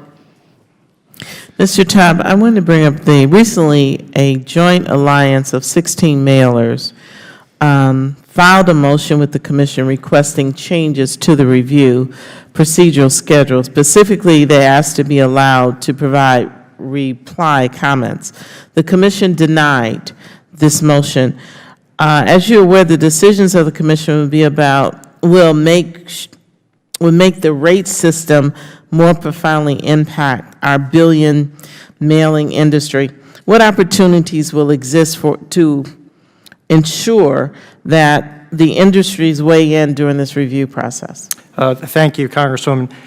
Indeed, we're in the midst right now of what is termed an advance notice of proposed rulemaking. So we are at the very initial stages of looking at the system and have opened up a very long 90-day comment period for anyone in the American public and industry to provide us comments. As I mentioned, early autumn of this year would be the time when we're hoping to be able to issue our order to say, is the system meeting the objectives? If not, if we are going to move to the next phase, that would begin a notice of proposed rulemaking, which in that process provides a very robust comment period. So we're quite a ways from being in a position to say with any certainty what the commission will do. And if it is a change, that would have to take the form of a final rule that first would go through a very robust notice and comment process. Thank you, Mr. Chair, and I will yield back. I thank the gentleman. The chair recognizes the gentleman from Georgia, Mr. Heiss, for 5 minutes. Thank you very much, Mr. Chairman. Ms. Brennan, I want to go back to some other comments that have been made just to try to get a little broader perspective. One of the issues that came up specifically dealt with Amazon and a serious competitor that they are. And one of the areas of technology that they've excelled in, obviously, is drone delivery. Is there any looking into consideration of drone delivery with the Postal Service? Currently, our engineering group is researching, and we're probably on the peripheral of this advanced technology currently, just learning. And I would say whether it's drone exploration or any other type of new technology, Congressman, we need the capital monies to be able to invest. Well, I understand the need for capital monies to invest, but you are looking into the possibility. We're exploring and recognizing what's happening in the industry. Right now, we're not an early adopter, I would categorize that, but we're certainly aware of what's happening in that space. Okay, so at the current time, then, the commitment is to continue with the vehicle delivery? Correct. Okay. And it's astounding to me, and I think probably most people, to know you've got over 200,000 vehicles on the road doing some 4 million miles a day. That's a staggering amount. I'm curious, you mentioned the commercial off-the-shelf right-hand drive proposal as well as the next generation delivery vehicles. First of all, the commercial off-the-shelf, how many proposals did you receive? Actually, they're due this week, either today or tomorrow, so I don't have that information. I'll So, provide it for the record. Do you know what you would anticipate? I don't. Okay. When will an award be granted with that? Do you have any idea? Well, we'll do our due diligence depending on how large that potential supplier pool is, but we'd want to move with pace, given the need. And what would that pace look like? Are we talking months or? Months, yes. Okay, so 6 months-ish? Yes, or less. Okay, or less, okay. And the next generation delivery vehicles, with that, when will the testing begin? The testing we anticipate will begin next fall. Okay, so fall of 2018? Correct, of So this coming fall? 2017, yes. 2017, Yes, okay. the suppliers have 1 year in which to develop the prototypes. And then we anticipate testing for a good probably 12 to 18 months. We'd like to test those vehicles in different climates and different topography and the like. And how will you determine the most cost-efficient product between the two? Best value. We would look at a host of factors. We'd look at the life cycle cost. We'll also look at certainly fuel efficiency and ensure we've got industry best standard with safety features and the like. And also, obviously, the efficiency for our employees to be able to maneuver safely in the back of the vehicle. Okay. How in the world are you going to fund this acquisition? Therein lies the challenge for us, Yes, it Congressman. We've deferred, and it's why the vehicles are beyond their expected life span, and it's why we're incurring these costs to keep them on the road. So the sooner we can get this bill passed, the sooner we can get an outcome from the 10-year price review, and then again, incumbent upon management to continue to do our part to control costs. But you are looking at an acquisition. We have made no decisions on production. We're merely in a prototype testing phase. Okay. Then what would, when the time comes, and obviously at some point it's going to have to come, when the time comes, how many vehicles are you looking at? We've made no commitments on numbers, but if you look just at the delivery fleet, it could be as high as 140,000, but there's been no commitment made to any quantity of vehicles in a production environment. Right. I understand that there's no commitment because you're still waiting on the funding aspect of it all. Is there any consideration, though, of looking just to throw an arbitrary number out of purchasing maybe 10,000 vehicles at a time, or do you feel the requirement to get 100+ thousand? Yeah. No, it'll depend, first of all, on available capital to fund that, and we certainly want to be flexible enough because obviously technology is changing, and you want to ensure that the Postal Service would be able to benefit from any changes in technology. So there's no commitment in terms of a defined number of vehicles that we would purchase in any given year. So that's all up in the air. Last question. Obviously, the vehicles we have 2+ decades old. At some point, a decision has to be made. What kind of time frame do you think we're working under? Well, in addition to the next generation delivery vehicle and now the commercial off-the-shelf solution that we'll evaluate, we also have a bridge strategy where we typically replaced in the past, say in the past 2 years, up to 12,000 vehicles at a time. But again, the decision will be made based on available funding and certainly based on supplier ability to provide the vehicles for us. Well, thank you for your work. Thank you. Thank you, Mr. Chairman. I thank the gentleman. The chair recognizes the gentleman from Virginia, Mr. Conley, for 5 minutes. I thank the chair. Ms. Brennan, the fixed payments established in Title V of the U.S. Code for pre-funding of the Retiree Health Benefit Fund expired in 2016, but the payments in that fund are required to continue. What are the payments expected to be in 2017? Mr. Rolando in his testimony pointed out they're actually expected to grow. Well, in addition to the normal costs and the amortization costs for the RHB, we also have the requirement for our pension obligations. So in sum total, our retirement-related payments exceed $10 billion. $10 billion. $10 billion. And is that the large source of the insolvency concern?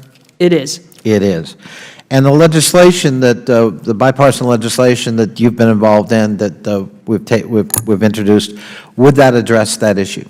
As noted, Congressman, this bill, as proposed, would generate over $26 billion over a 5-year period in new revenue and cost savings. And then it's incumbent upon management to continue to drive operating efficiency, and also we look to the chair and the PRC for a favorable outcome of the price review. Mm-hmm. And then let me see, you've also got on top of that, you've got the payments to cover the pension liabilities, is that correct, of your employees? Yes, and I included that, sir, in the 10.3. And that's 1.5 billion? Correct, it's 1.2. In 2017? Correct, for the CSRS, it's 1.2, Right. sir. And you got Federal Workers' Compensation Fund, which I think is 1.4 billion, roughly? Yes. 2017. So total payments due on September 30th. My calculation roughly is about 8 billion. Yours is 10? Due on September 30th is actually 6.7 billion. What I cited was the annual costs of all retirement-related payments. Got it. And frankly, that's just a weight too heavy. It is. Okay. And so I think that really makes for the compelling case for why we simply can't let well enough alone. We have to do something, or we're going to lose the Postal Service as we know it. Is that your assessment as well as the Postmaster General? It's urgent, Congressman, and as noted previously, absent this legislative action and the regulatory reform, the financial condition worsens. We continue to default. We put at risk current and future current retirees and future retirees' benefits at risk, and we threaten our ability to meet our universal service obligation. I want to also salute you, Ms. Brennan. I've worked with several Postmasters General. I think you've really tackled this job with an open mind. You've listened to competing points of view. You have tried to make sure the stakeholders are represented. You've shown respect for the workforce and for even dissenting points of view. I think your willingness to state the case but also be flexible in trying to find solutions and be open to other points of view, I think, frankly, has helped break the logjam up here, and that was a spirit we were lacking, frankly, in the past. Thank you, Congressman. Thank you for your leadership. Mr. Rolando and Mr. Sackler, you're kind of representing stakeholders from different points of view. I assume you both concur something like this is necessary, and absent this, we risk the collapse to the Postal Service as we know it. Yeah, this is... And I don't mean to put words in your mouth, but your support gives evidence to something. Helps, yeah. No, I think this legislation is important. That's why we support it. But I also think, to the other extreme, it's important to offer perspective on what Chairman Issa mentioned, that, when you look in terms of fairness in what we're required to do versus other agencies and other companies, his analogy with regard to bankruptcy, I think every federal agency in the government and many companies would also be in bankruptcy under the analogy that he offered. But yes, we're prepared to work and go forward with this legislation. Very necessary. Mr. Sackler. Well, Mr. Connolly, we strongly support this bill. We think that you and the chairman and the ranking member and Mr. Meadows and Mr. Lynch have really come up with a solution that's absolutely necessary. Without this kind of relief lies disaster for the Postal Service and for changing it into something that we don't recognize. I would just add, though, another thing to be wary about is the rate-setting system proceeding that the Commission is undertaking. If the rate cap is removed and the liabilities are addressed through rate increases, then it's basically, in terms of loss of volume, you ain't seen nothing yet. That will guarantee that all of the obligations and the entire set of problems that the Postal Service has will land once again on your doorstep, and those obligations will have to be funded by the Treasury. The industry, sizable pockets of the industry, have never recovered from the Great Recession, and when you couple that with the kind of diversion from the mail that we are seeing, and first class is the most prominent example, more than a third of that is already gone. The commercial first class mail that has left the system at a slower pace than single piece first class mail, those folks now have a huge array of electronic options. If the price is too much, I would just observe, in yielding back, and my friend Mr. Meadows and I have worked on an entity with a similar dilemma, Metro. If you get in a vicious cycle where we cut back services and raise prices, you lose more customers, requiring you to cut back on services and raise more costs. And that becomes a never-ending vicious cycle that can also yield to very undesirable outcomes. So your caution is well taken. And I yield back. Thank you, Mr. Chairman. I thank the gentleman. The chair recognizes a welcome addition back to the committee, the gentleman from Florida, Mr. Ross, for 5 minutes. Thank you, Chairman. 4 years ago, I left this committee, and at that time, this issue was in a great deal of contention. We've been working. We tried to bring things together. Unfortunately, we didn't have a plan together. I laud my colleagues on both sides of the aisle. I laud those in the panel for bringing together this package. Unfortunately, I feel that my only contribution has been the fact that I left this committee 4 years ago. But having said that, I think... And by the way, there's been a void. Thank you, Jerry.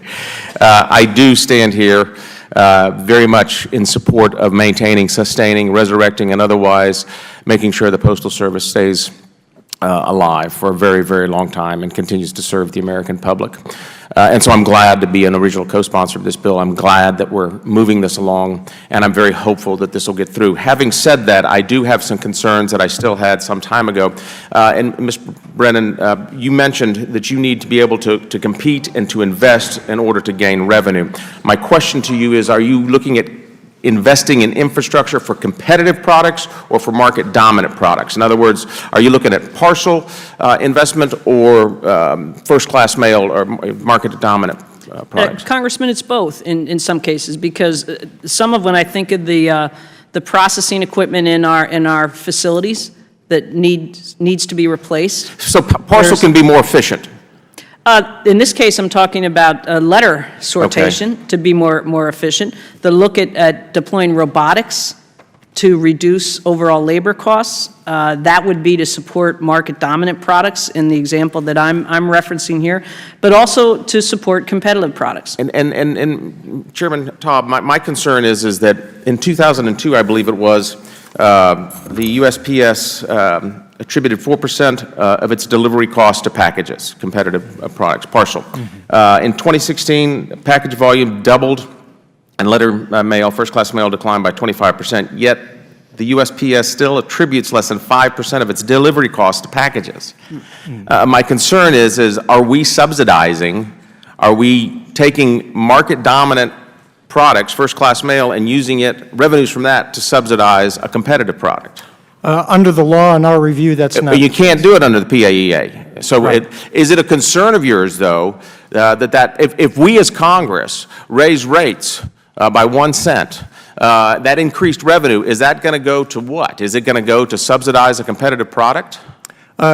No. Under the bill as written, it's on the market dominant side. And right now, the one area where the Postal Service is receiving money that is going to the institutional cost of the Postal Service is on the competitive side. In fact, market dominant is a big money loser. There's a whole class of products right. that aren't covering their costs, standard mail. So frankly, the cost coverage problems are predominantly on the market dominant side. I understand your testimony to me that the parcel system, the parcel delivery system, the package delivery system is covering its costs. Under the law and the constructs of regulation in place. And the transparency for that accounting is important to me, because I don't want us to step into something 10 years from now or 5 years from now when we realize that market conditions have changed and we're subsidizing a competitive product to the detriment of the U.S. Postal Service. Exactly. Congressman, if I may just take a minute or 30 seconds to put in a little context. Before 2006, there was not the vibrant transparency and accountability that exists today. And right now, the Postal Regulatory Commission tells the Postal Service how to measure costs, how to report them. We're in the midst right now of. So we're not hiding institutional costs with the parcels. Based on our review, that is not the case. We do have one PS.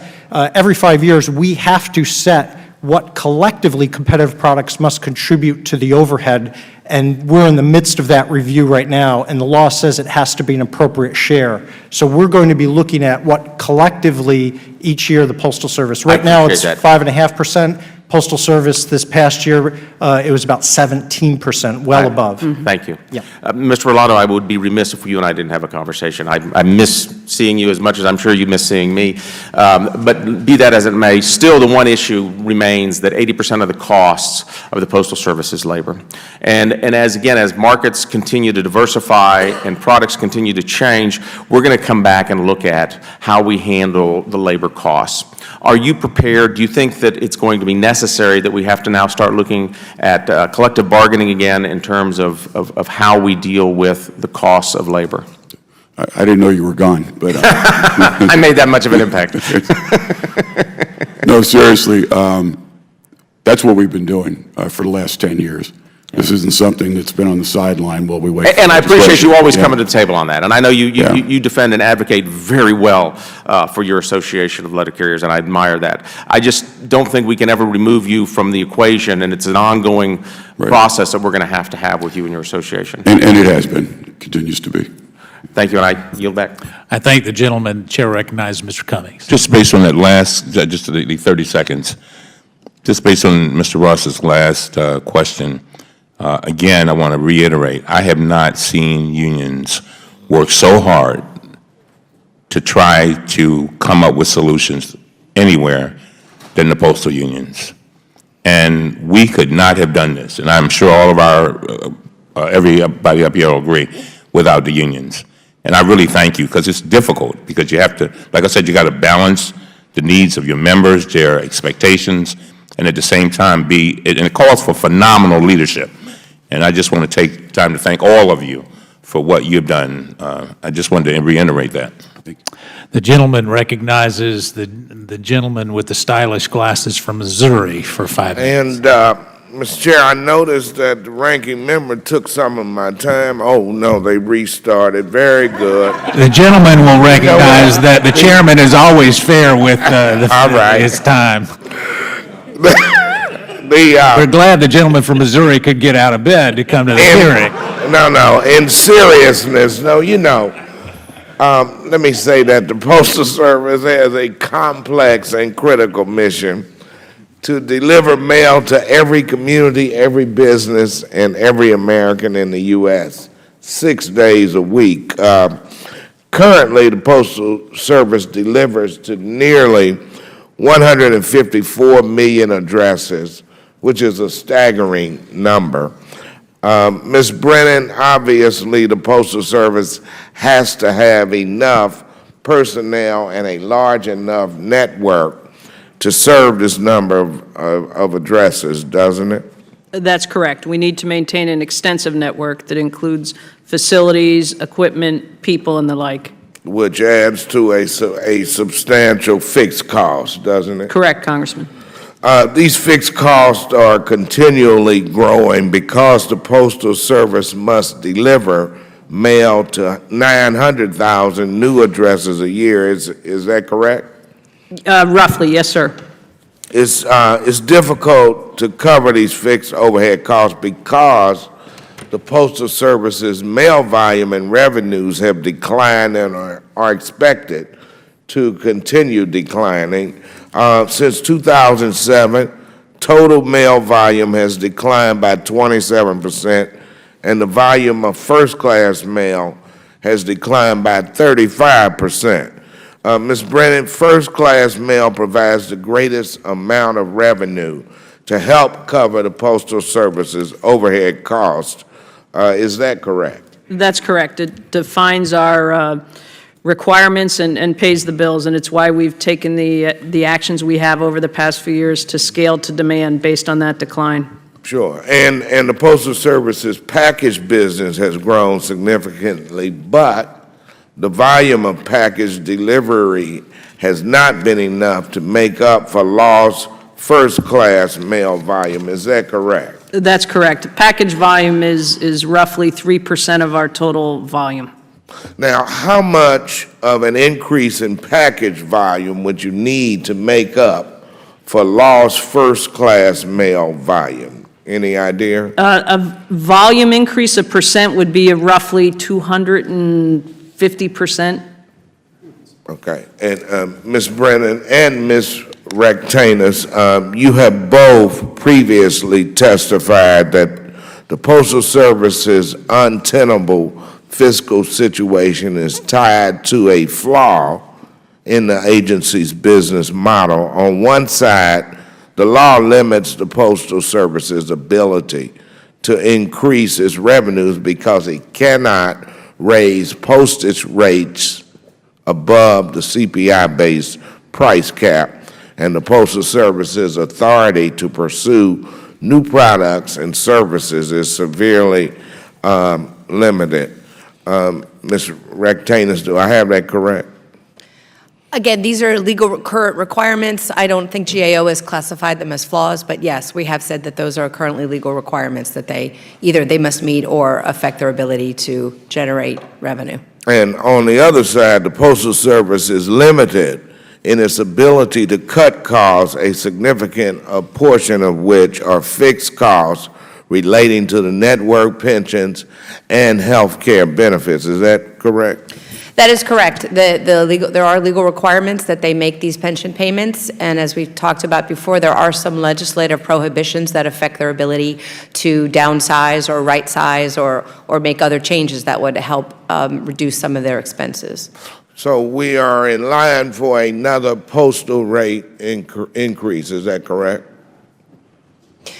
Or maybe someone else. Ms. Brennan, can you answer that? Well, We're in line. We just recently, Congressman, raised prices on our market dominant within that strict price cap of 0.8%. We also have the 10-year price review before the commission currently. And then how much of the shortfall will that help make up, or does it just keep us above water? Well, it's part of the path to wellness, if you will. It's this legislation that will generate over $26 billion over 5 years. It's the PRC price review, and it's continued management action. Mm-hmm. And we should not be surprised by the Postal Service's financial situation, considering that the private sector businesses don't have these restrictions, which means that I think this committee is on the right path by reviewing this legislation and hopefully moving it out. Mr. Chairman, I see that my limited time has expired, and I will yield back whatever's left. The gentleman's gone over an unlimited amount of allocation, and so the chair recognizes himself for 5 minutes for a series of questions. I want to thank each of you. Mr. Rolando, I want to come to you. Your statement was just unbelievable. You said all 4 unions support this bill with no changes. Is that correct? Is that correct? With no changes, you support this bill, all 4 unions? Yeah, all 4 unions support this bill. I think we mentioned 2 tweaks in the written testimony that we thought would be helpful. Yeah, but if those 2 tweaks don't get done, this is better than... Totally support this bill coming out of committee, absolutely. All right, Mr. Orlando. Thank you for your willingness to put it forth. I know that that comes as some cost to some of your members. They're not all unified in supporting necessarily this bipartisan bill, so I recognize that. We believe we got the members covered. Okay, well, very good. So let me come back a little bit. I am willing to invest the political capital. We have a number of stakeholders that are here as we are looking to truly save the Postal Service as we know it.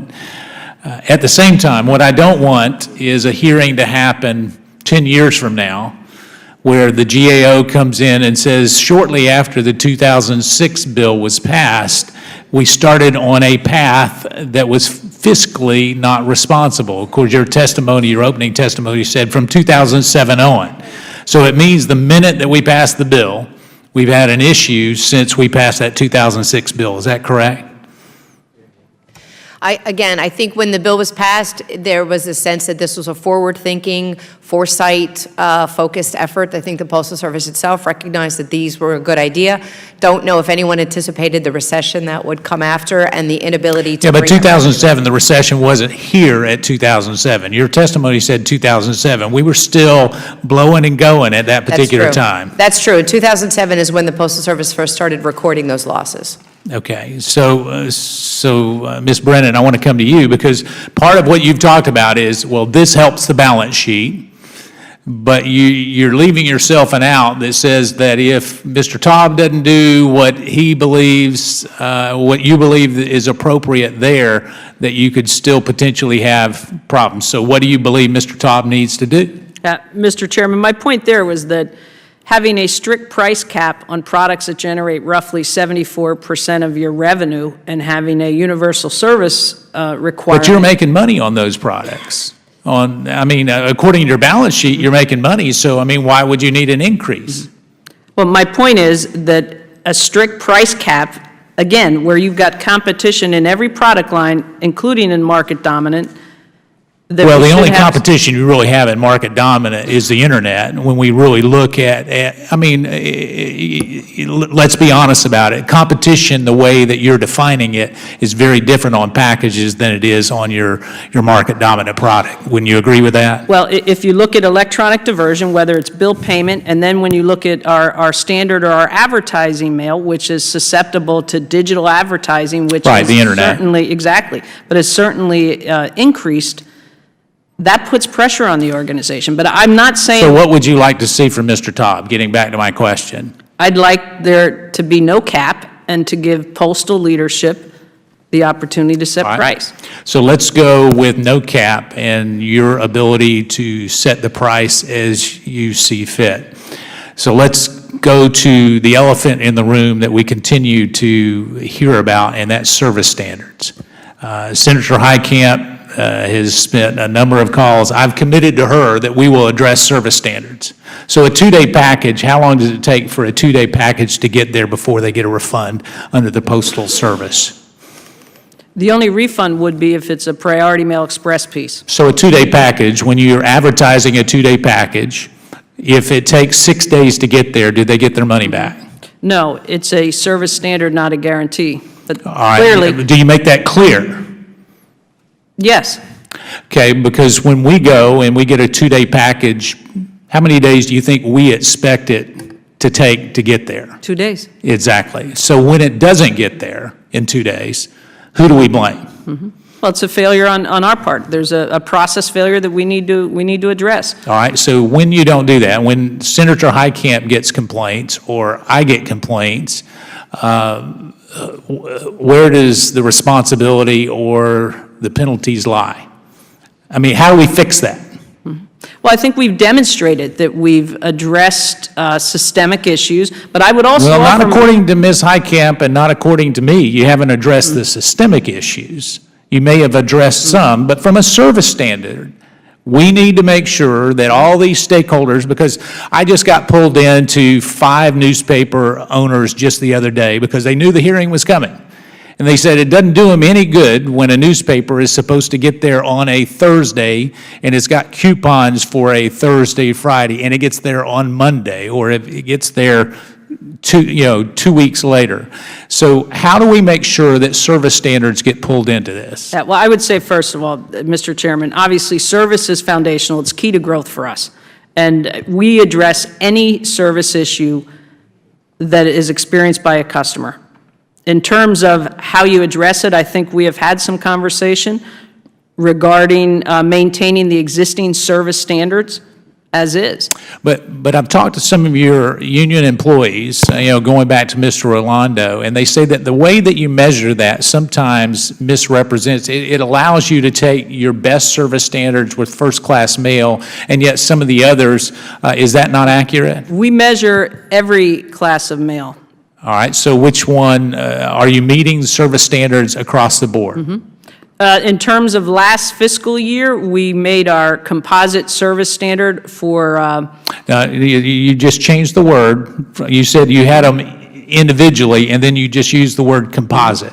So which of those individually did you meet or not meet? we met our standard service performance target for last year. We met our On scanning. each one of those categories? No, our composite. That's what I'm asking. You're giving me an answer to a question I didn't ask. So in these individual buckets, which ones did you meet and which ones did you not meet? In terms of how we measure performance, last year, we did not meet the service standard in our first class, in our priority, or our standard. We showed marked improvement compared to the prior year. So three of how many buckets? We established the service goals with the Board of Governors, and we established... Well, there is no Board of Governors anymore. There was at the time. There was a Mr. Board of Chairman. Governor. There was an independent governor, yes, at the time, and we established stretch targets. So I'm running out of time. So out of how many buckets do you have for service standards? Because you just said you didn't meet them in three of them. We did not. We met our scanning target, we met our customer insight target, and we met our parcel select target.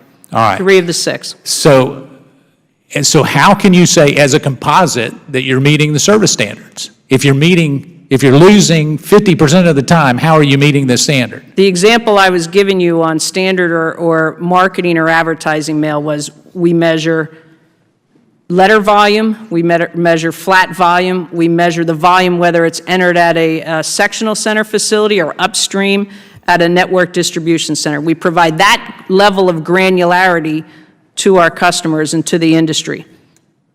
All right. I'm way over time, so I'm going to recognize the gentlewoman from Illinois, Ms. Kelly.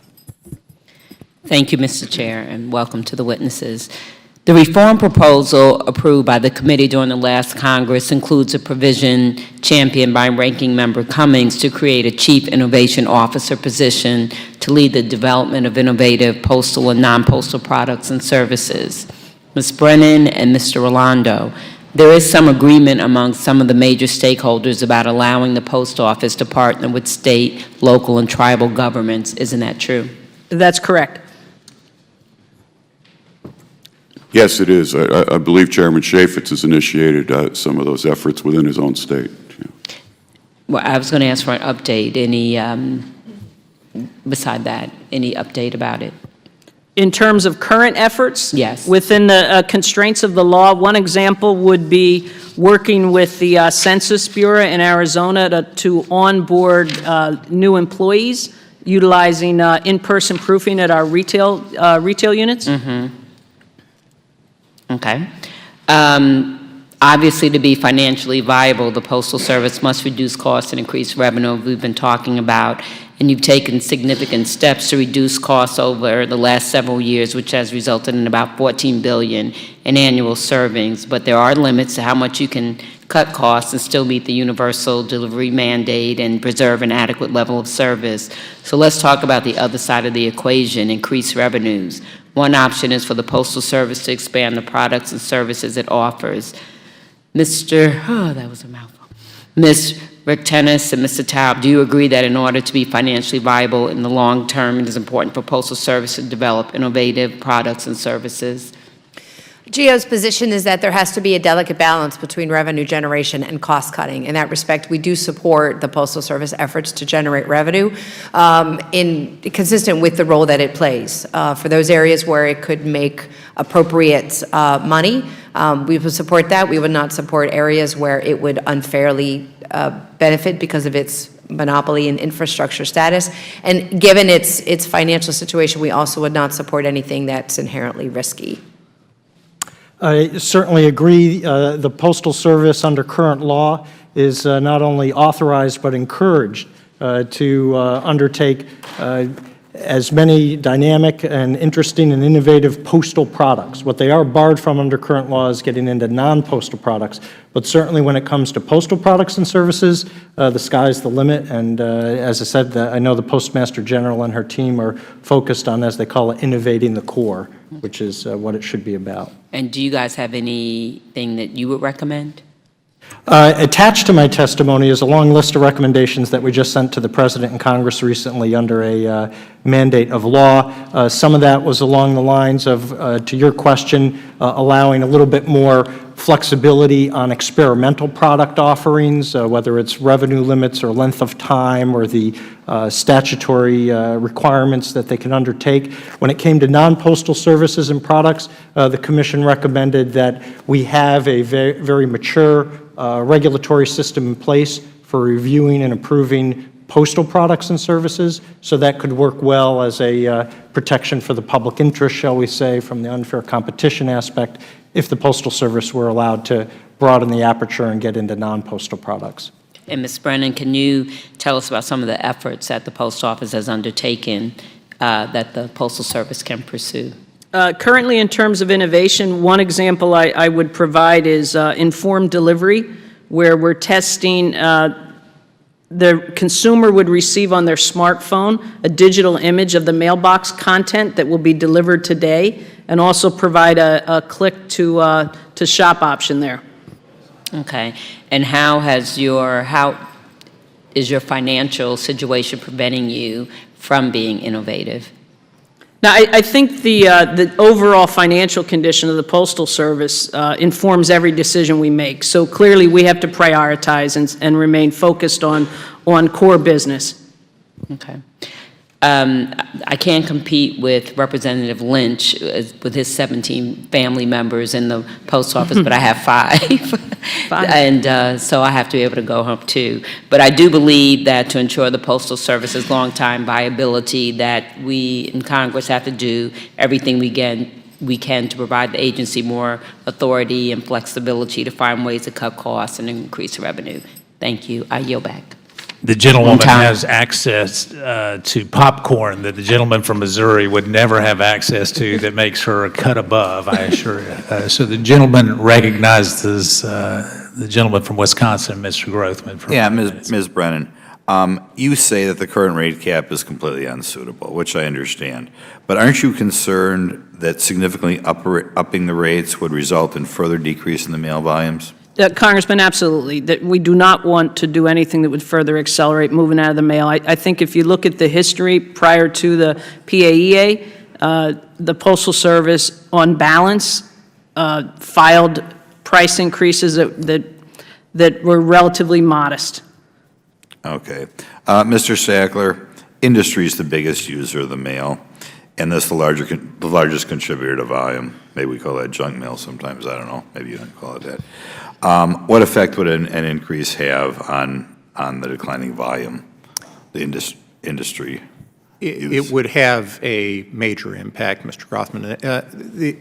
Not just in the direct mail promotional kinds of categories, but further diversion into electronic alternatives and the very profitable first-class mail. Just to point out, that mail is marked up more than 330%. So it's invaluable to the postal system, and if the rates go up in a very significant way from here, the outflow, which has been starting to plateau a little bit, would re-accelerate, and probably in a great extent. Okay. HR 756 proposed a 2.1% increase, is that right? You think that's going to have an effect? It may have an effect on some. There are some in the industry, as you may know, and as Chairman Meadows may know, that oppose even that amount of increase as unaffordable.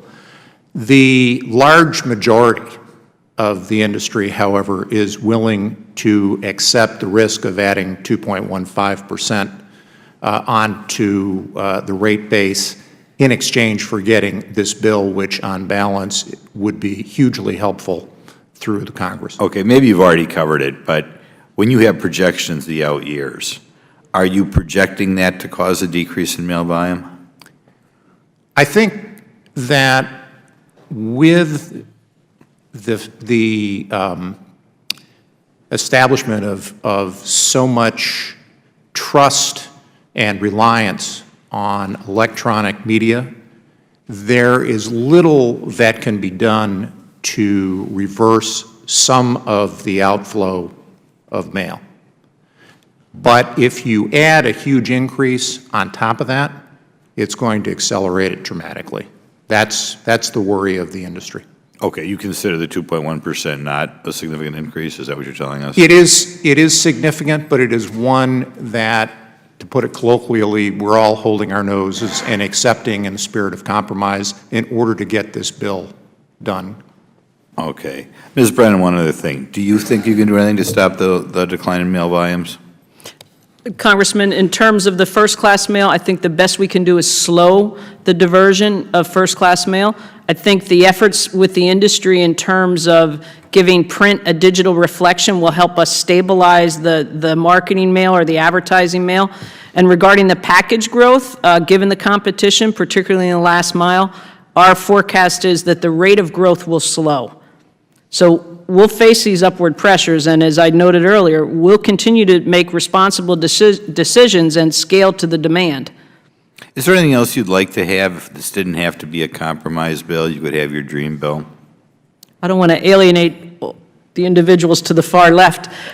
However, I would say we initially had proposed restoring the full exigent price increase as opposed to the compromise of 2.1, but we certainly recognize this is a compromise bill, and we value the industry. They're our business partners, and we want to keep them at the table and in the mail. Okay, I'll yield the remainder of my time. I thank the gentleman. The chair recognizes the gentlewoman from the District of Columbia, Ms. Eleanor Holmes Norton. I thank you, Mr. Chairman, for this early hearing on the Postal Service. After all, we got through a bipartisan postal bill last Congress. It had to go to another committee, so it didn't come out of the Congress. But when you hear Mr. Rolando say that all 4 unions support this bill, and you had Democrats and Republicans supporting this bill, I'm very hopeful that this time we can get this bill done. I have a question about an age-old issue, the pension issue. And in the last bill, we required the Postal Service to use demographic assumptions of the Postal Service, specific to the Postal Service, to calculate pension liabilities. For the record, Ms. Brennan, what is there about the demographics of the postal workforce as compared with the federal government workforce that apparently lowers the costs for the Postal Service's pension?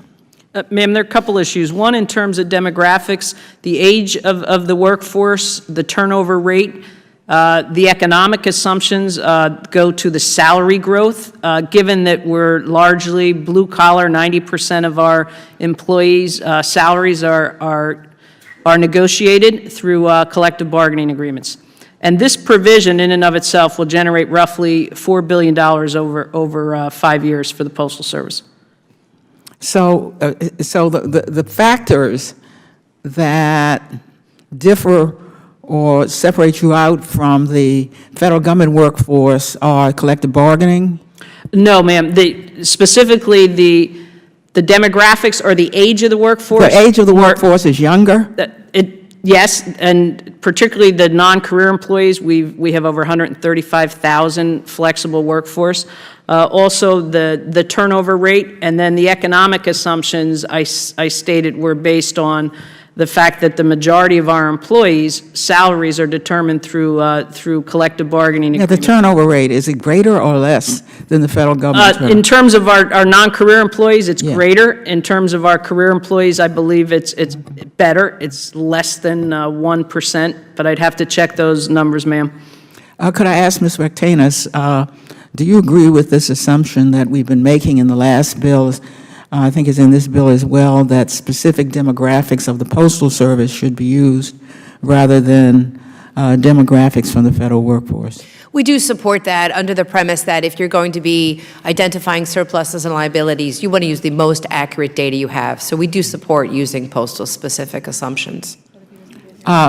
Here's the rub, and perhaps one of you could explain this to me. The CBO has also estimated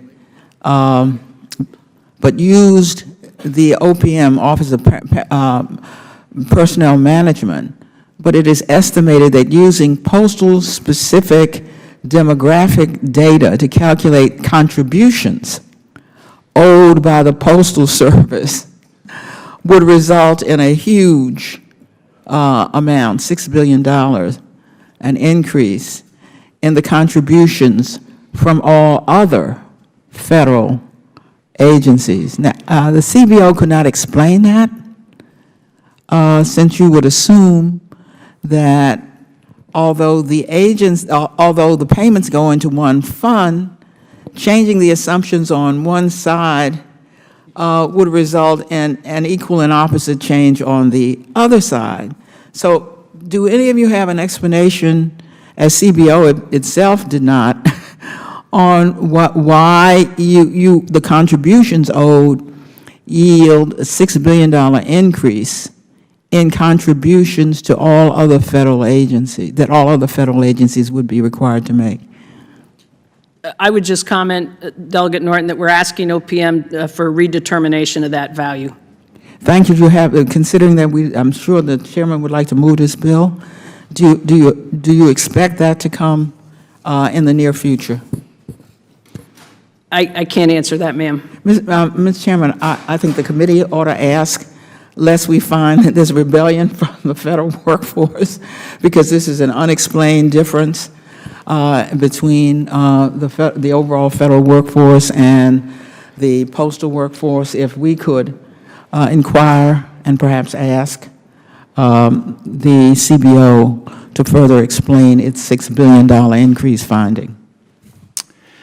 Well, the only thing that the chair recognizes is a CBO analysis is the only entity that makes a weatherman's forecast look good. And so with that, I will be glad to ask for clarification from CBO. Thank you, Mr. Chairman. I thank each of you for your input, for your testimony here today. I want to thank the stakeholders. I have learned more about postal reform than I've ever cared to know based on your input, but it has been very valuable input. As we look at this, one just remaining item, Ms. Brennan, I'm going to ask you, and I believe that in talking to your Deputy Postmaster General that I have this commitment, but I want for the record, we need a real transparency as it relates to your financials and how we can look at this, because there seemed to be an indication that that's totally in the purview of the PRC and bypassing Congress. I'm certain that that was not the message that was meant to be sent, but it was the message that was received. And so my concern is when we look at that, you're asking for Congress to act to provide relief. I can't make that informed decision without clear financials. And so do I have your commitment to make sure you get to this committee the type of financials with transparency that helps us make an informed decision? Yes, any information you need, Mr. Chairman, and I suspect you're talking specifically about the costing methodologies and cost attribution? Well, as we look at that, yes. Yes. I'm a business guy. And, Understood. And when you look at, for example, we've got $2.5 billion increase in institutional cost when we have the first-class mail volume going down. So I need to know where the 2.5 increase in institutional costs went, since obviously it can't be attributed to those areas. And I'm not asking you to answer that here today, unless However, you want, I may. If you want to get into it, I don't think you want to go there today. Why don't we just leave it for the That's fair. record? That's fair. Because as we look at institutional costs, I have a great concern that we mandated it at a certain percentage in 2006, and yet what we have, your revenue, about 25% of it now comes from packages, and that mandated compliance has not changed. And so that's for a more in-depth discussion that we won't hold in a public forum, but as long as I have your commitment. You have my commitment, whatever information you need. Absolutely. All right. The other I would ask you is to get with Senator Heitkamp on service standards. Will do. If she's not happy, I'm not happy, and I'm saying that from the other side of the aisle, okay? And so we need to make sure that service standards are addressed. And so if there is no further business before this committee, the committee stands adjourned.